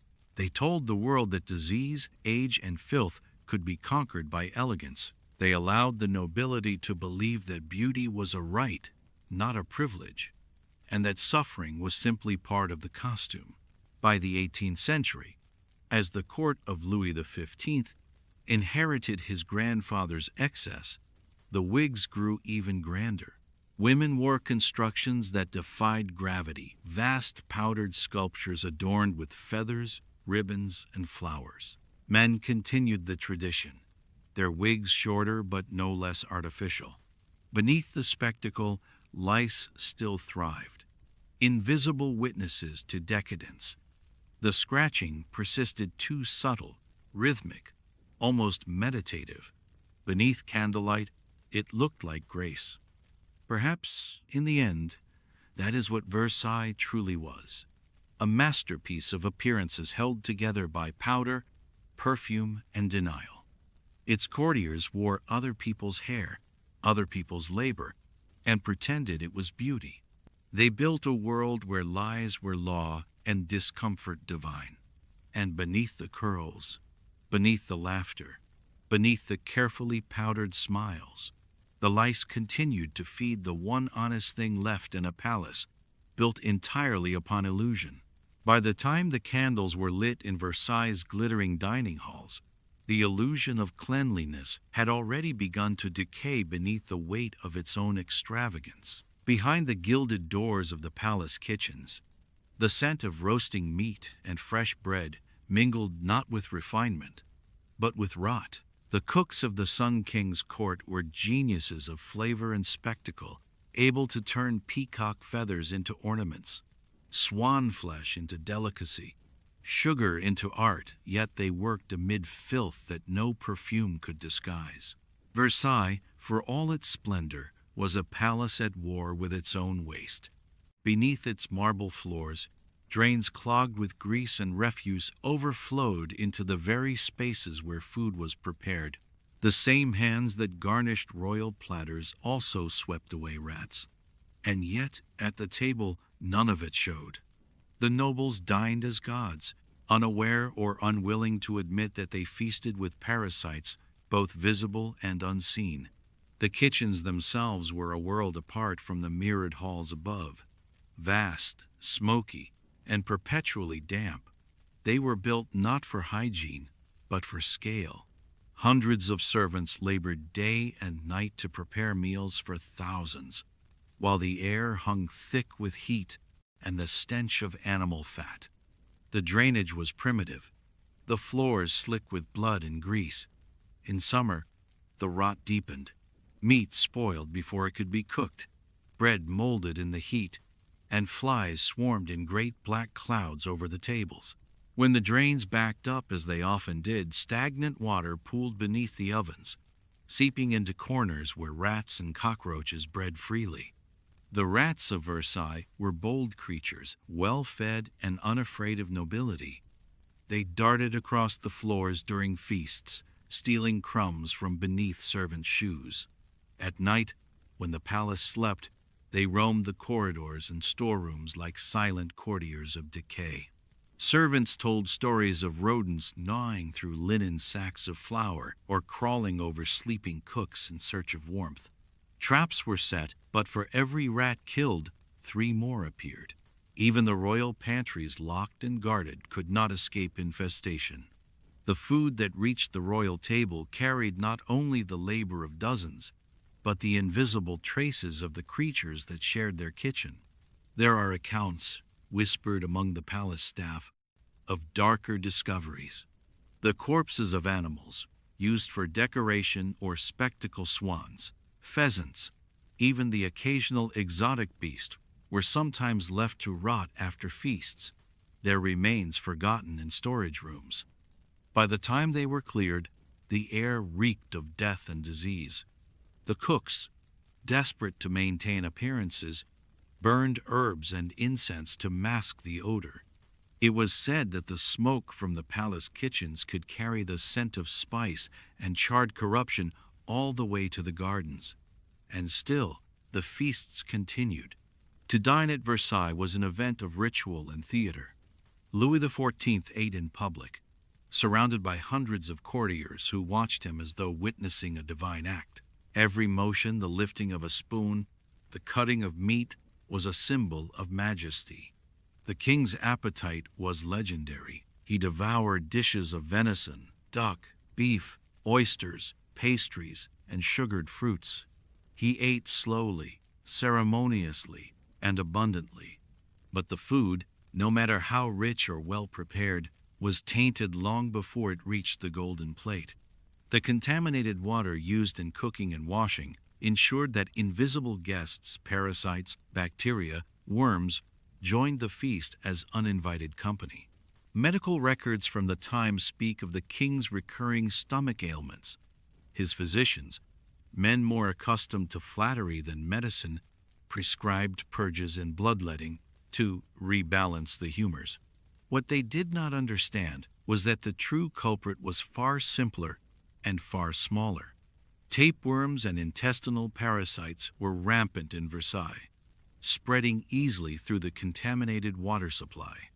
Servants who washed vegetables in unfiltered well water or cleaned utensils in standing basins unknowingly passed the infection along. Even the wine, thought to be safe, was often diluted with water drawn from the palace's fouled cisterns. One royal physician, cautious, precise, and discreet, recorded an extraordinary incident in his private notes: that the king, during one of his prolonged bouts of stomach pain, passed from his person a worm of remarkable length and liveliness. The creature, he wrote, measured 15 centimeters at least, and was received with dignity and silence, as befits his majesty.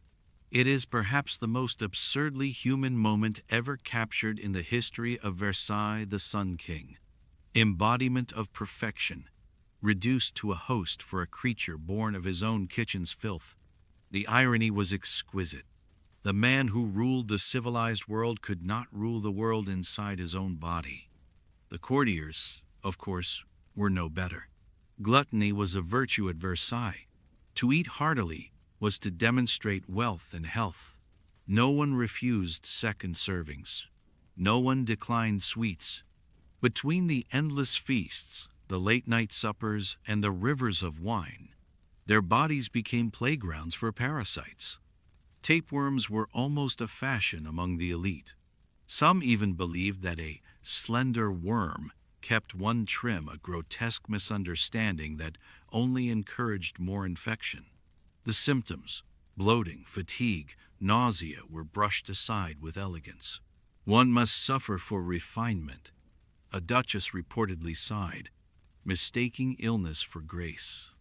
Doctors at court, bound by superstition and ignorance, prescribed absurd remedies.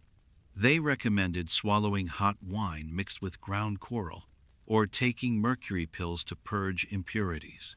These cures were worse than the disease, often causing poisoning or death.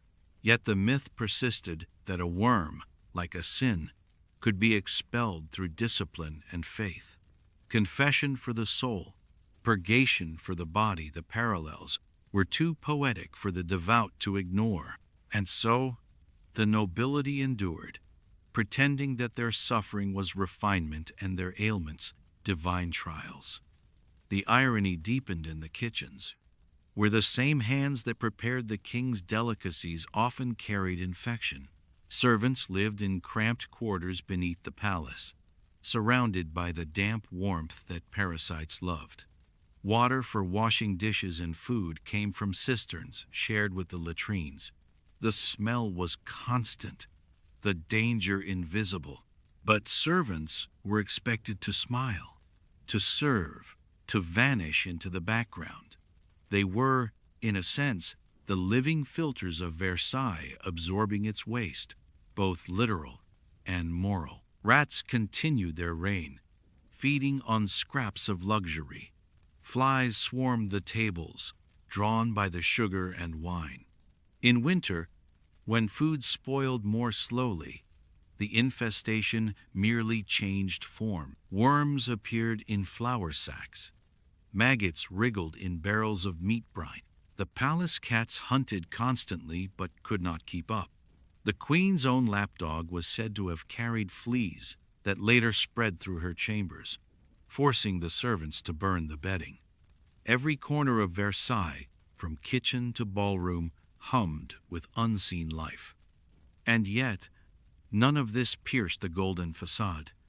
The guests who attended royal banquets saw only the gleam of silverware and the shimmer of crystal. They admired the towering pies shaped like fortresses, the platters of roasted game glistening under sauce, the candied fruit sculpted into flowers. They smelled the perfume, not the rot. They applauded the abundance, not the waste. To dine at Versailles was to participate in a collective dream, one where filth did not exist, where decay could not touch the divine. But nature, indifferent to rank, always finds its balance. Beneath the lace cuffs and powdered wigs, the same parasites that tormented peasants thrived in the bowels of kings. The rich and the poor were united, at last, by hunger of another kind, the silent, gnawing hunger of creatures too small to be seen. Versailles was a kingdom within a kingdom, a world of opulence sustained by rot, a theater of beauty performed upon a stage of corruption.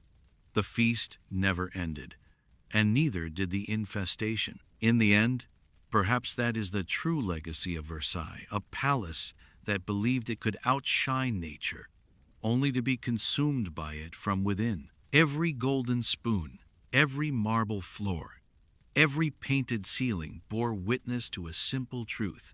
Beneath the grandeur, the Sun King's world was crawling. The worms did not care for etiquette nor for majesty.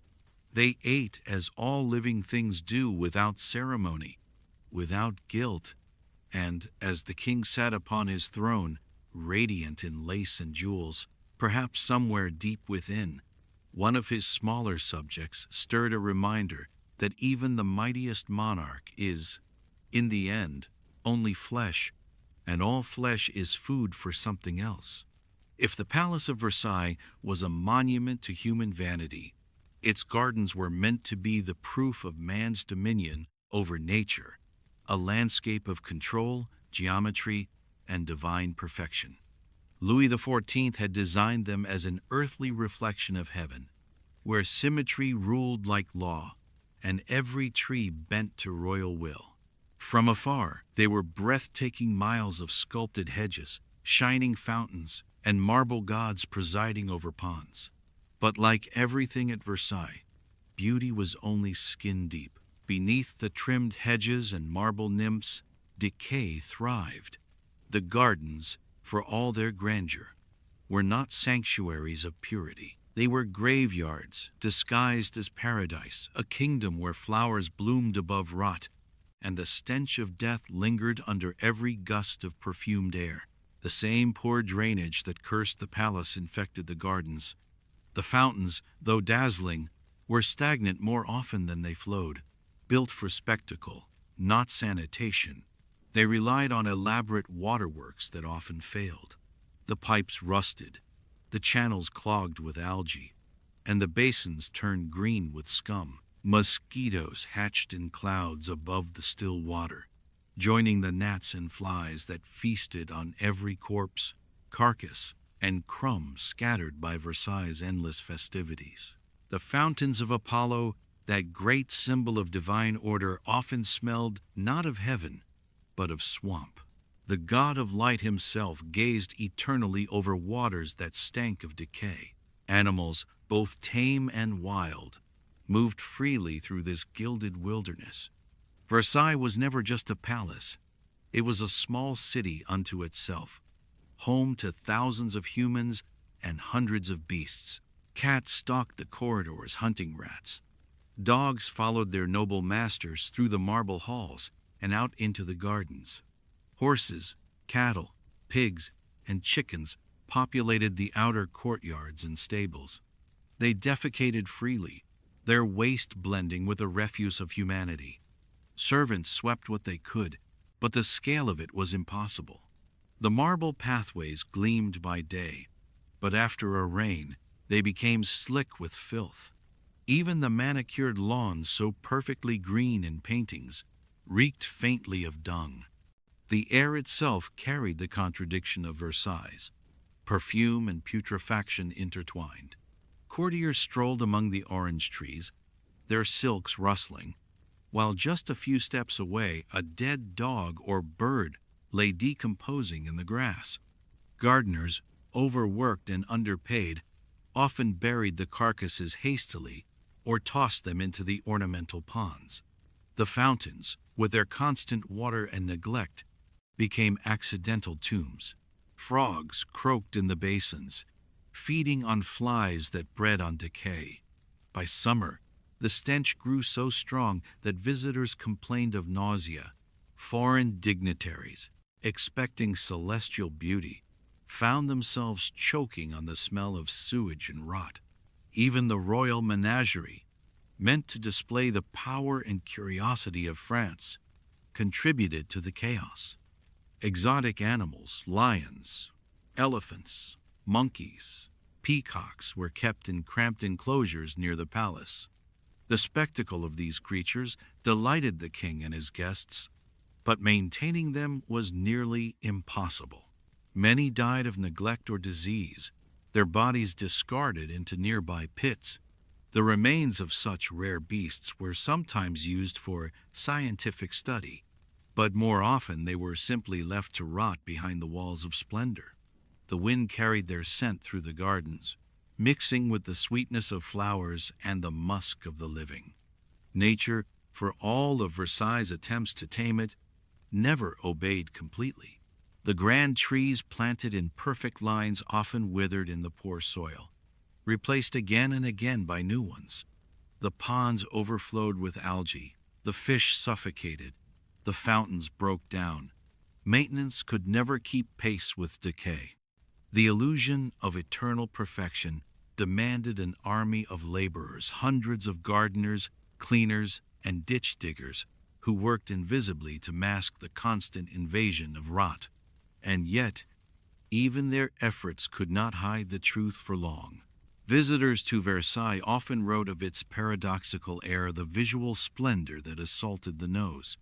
One ambassador described it as a paradise to the eyes and a torment to the senses. The hedges smelled faintly of sulfur from the fertilizer, the paths of waste, the fountains of stagnant slime. At night, when the perfumes faded and the cool air settled, the odor of the gardens became unbearable. The stables, just beyond the main courtyard, added their own contribution, a steady perfume of manure that drifted across the lawns. Even the royal apartments could not escape it. Servants burned herbs and incense to mask the smell, filling the air with another kind of suffocation. The decay was not only physical but symbolic. The gardens were meant to represent the triumph of order over chaos, civilization over nature. But the longer Versailles stood, the clearer it became that nature was winning.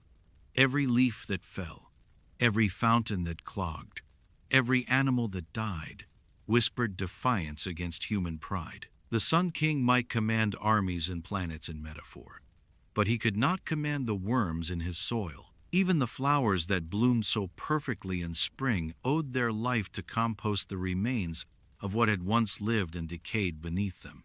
Beauty, at Versailles, was always built upon death, and yet people continued to stroll through those fragrant corridors of corruption, pretending not to notice. Nobles admired the symmetry of hedges, while flies danced over the corpses of birds. They praised the reflection of the fountains, never looking close enough to see the layer of slime beneath the water's surface. The illusion of perfection was all that mattered. To acknowledge decay was to acknowledge mortality, and Versailles existed to deny that truth. So they powdered their faces, sprayed their perfumes, and lifted their noses above the stench, believing that dignity was stronger than rot. There were moments, however, when denial faltered. During the great summer banquets, when thousands gathered in the gardens to watch fireworks or theater, the smell became impossible to ignore. The heat of the torches and bodies stirred the foul air, releasing waves of odor from the fountains and earth. Guests coughed discreetly into their sleeves. Some fainted. Servants scattered flowers and herbs beneath the guests' feet, hoping the fragrance would overpower the decay. It never did. The scent of rot was Versailles' most loyal subject. It never left the king's service. The animals themselves, in their innocence, were the truest reflection of the court. They lived among splendor without understanding it, consuming and excreting freely, ruled by instinct rather than pride. The dogs barked during mass, the cats yowled during concerts, and the horses filled the air with the stench of stable life. Their presence was constant, their waste unavoidable. They were reminders that beneath the silks and gold, The courtiers were animals, two creatures of flesh, decay, and inevitable death. By the early 18th century, as the glory of Louis XIV dimmed, Versailles itself began to rot more visibly. The fountains cracked, the gardens browned, and the menagerie thinned to a few surviving creatures. The smell that once hid beneath perfume now drifted freely, as if the palace could no longer pretend. The Sun King's garden of divine order had become what all gardens eventually become, a kingdom of decomposition, where life feeds upon death and beauty dissolves into earth. Still, in the portraits, Versailles remains perfect. The painters captured the sunlight on the fountains, not the algae beneath them. They painted the roses, not the carcasses that nourished them. But history, less polite than paint, remembers differently. It remembers the stench, the swarms of flies, the wet marble slick with filth. It remembers the cats prowling through the courtyards and the dead birds floating in the fountains of Apollo. It remembers that beneath the illusion of heaven, Versailles smelled unmistakably of hell. By the time the great Sun King drew his final breath in 1715, Versailles, that radiant symbol of divine power, had begun to smell more of death than divinity. The mirrors still glittered, the fountains still shimmered, and the courtiers still whispered in silk. But beneath the perfume and polish, rot had settled into the very bones of the palace. For more than half a century, Louis XIV's obsession with grandeur had masked a slow decay not just of stone and flesh, but of the very idea of purity. He had made Versailles the beating heart of Europe's elegance, yet left it pulsing with filth. When his successors inherited the golden halls, they also inherited the smell. Louis XV ascended to a kingdom that glittered like a jewel but reeked like a sewer. The courtiers who had adored his predecessor's divine illusion could no longer ignore the stench that clung to every wall and corridor. The young king, less enamored of ceremony and more aware of discomfort, began to see Versailles not only as a monument but as a problem. It was beautiful. Yes, impossibly beautiful, but it was also suffocating. The palace was a living organism, bloated with waste and perfume denial. Its thousands of inhabitants ate, drank, excreted, and pretended that all of it vanished into air. In truth, it had simply accumulated, layer upon layer, beneath the marble and gold. The first reforms began quietly, almost apologetically. Louis XV ordered that the worst waste pits be moved farther from the palace walls. The overflowing cesspools that had soaked into the lower chambers were drained and replaced with deeper, stone-lined receptacles. It was hardly modern plumbing, but it was a start. Servants no longer dumped chamber pots directly into corridors or courtyards. Instead, they carried them to designated areas, though few envied the job. The stench that once drifted through the Hall of Mirrors began to retreat, if only slightly, to the outskirts of the palace grounds. Drainage channels were expanded beneath the gardens, though the engineers struggled against centuries of neglect. Versailles had not been built with sanitation in mind. Its pipes were decorative rather than practical, designed to feed fountains, not to remove waste. Still, the king persisted. New systems of runoff and irrigation were introduced, and for the first time, water began to move not just toward beauty, but away from decay. It was an invisible revolution, slow, technical, and utterly unglamorous, but it marked the birth of modern cleanliness in a palace that had once confused scent with purity. These changes did not come easily. Many courtiers resisted, fearing that new plumbing and deeper drains would disrupt the harmony of divine architecture. Others found comfort in old habits, the convenient curtain, the perfumed handkerchief, the lie that stench could be tamed with lavender.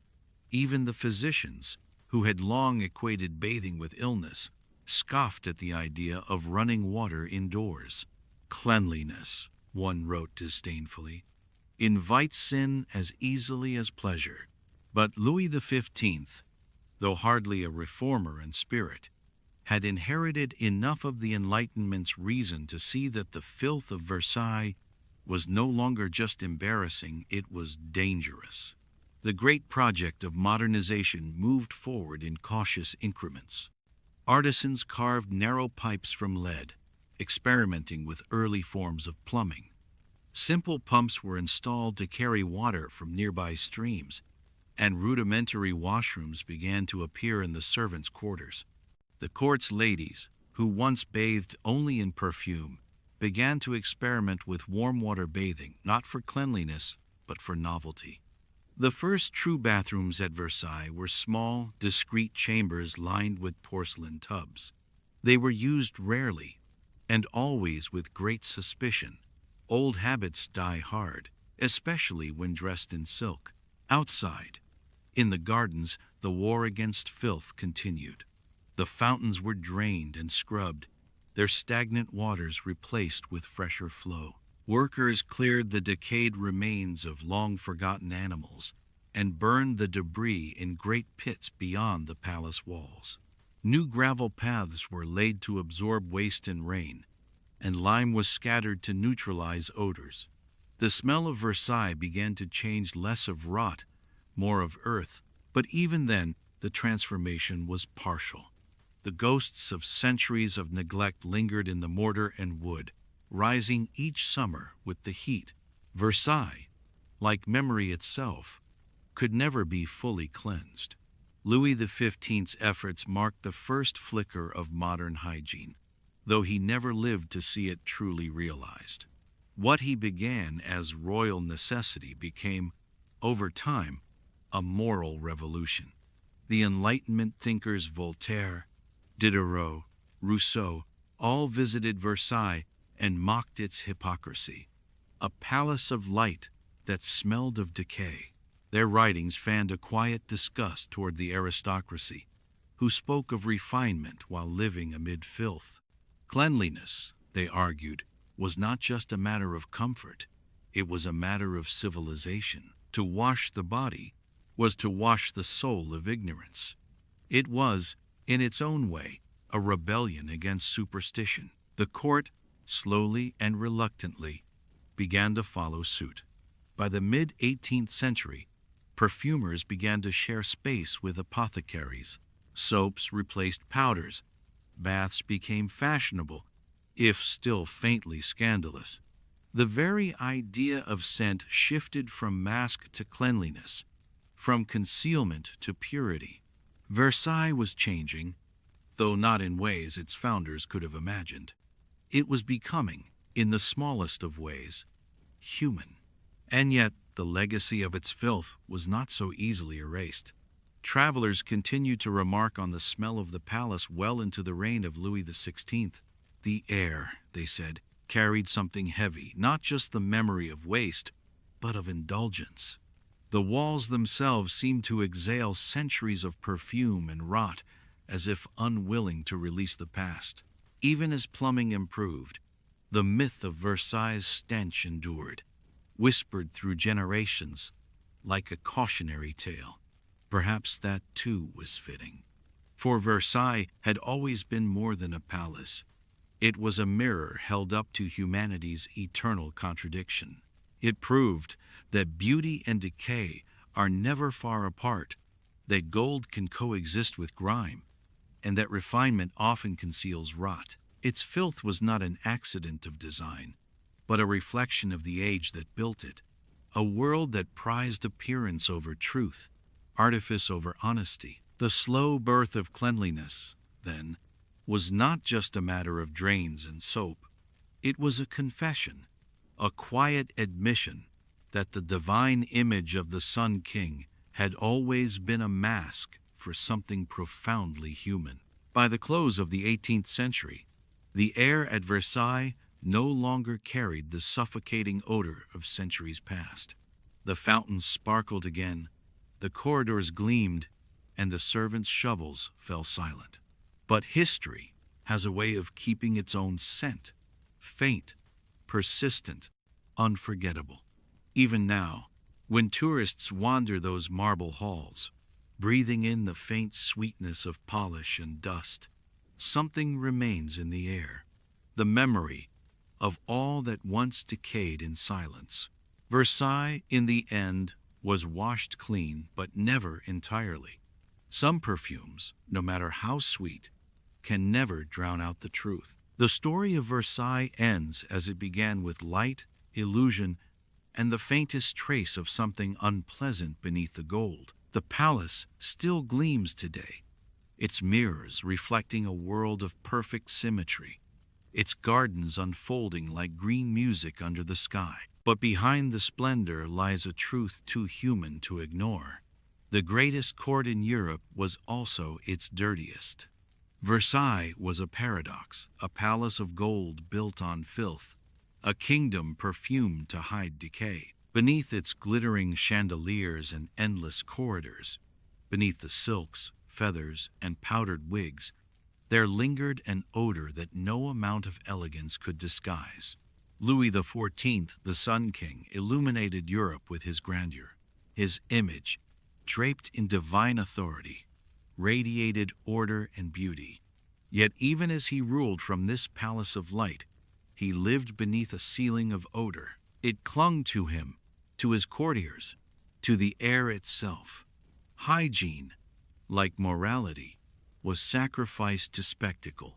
Cleanliness was not seen as a virtue, but as a danger. Water was feared, bathing discouraged. Instead, they worshipped the art of disguise, perfume, powder, and pretense, believing that if something smelled divine, perhaps it was. Versailles became the theater of this grand illusion. The courtiers played their parts well, faces powdered to perfection, wigs towering like monuments, smiles as practiced as prayers. They danced, feasted, and flirted amid the stench of waste and decay, pretending not to notice what lay beneath their satin shoes. The palace was not just a building, it was a performance, a choreography of denial. Every mirror reflected beauty while hiding rot. Every corridor shimmered with candlelight, but carried the ghost of something sour, something forgotten.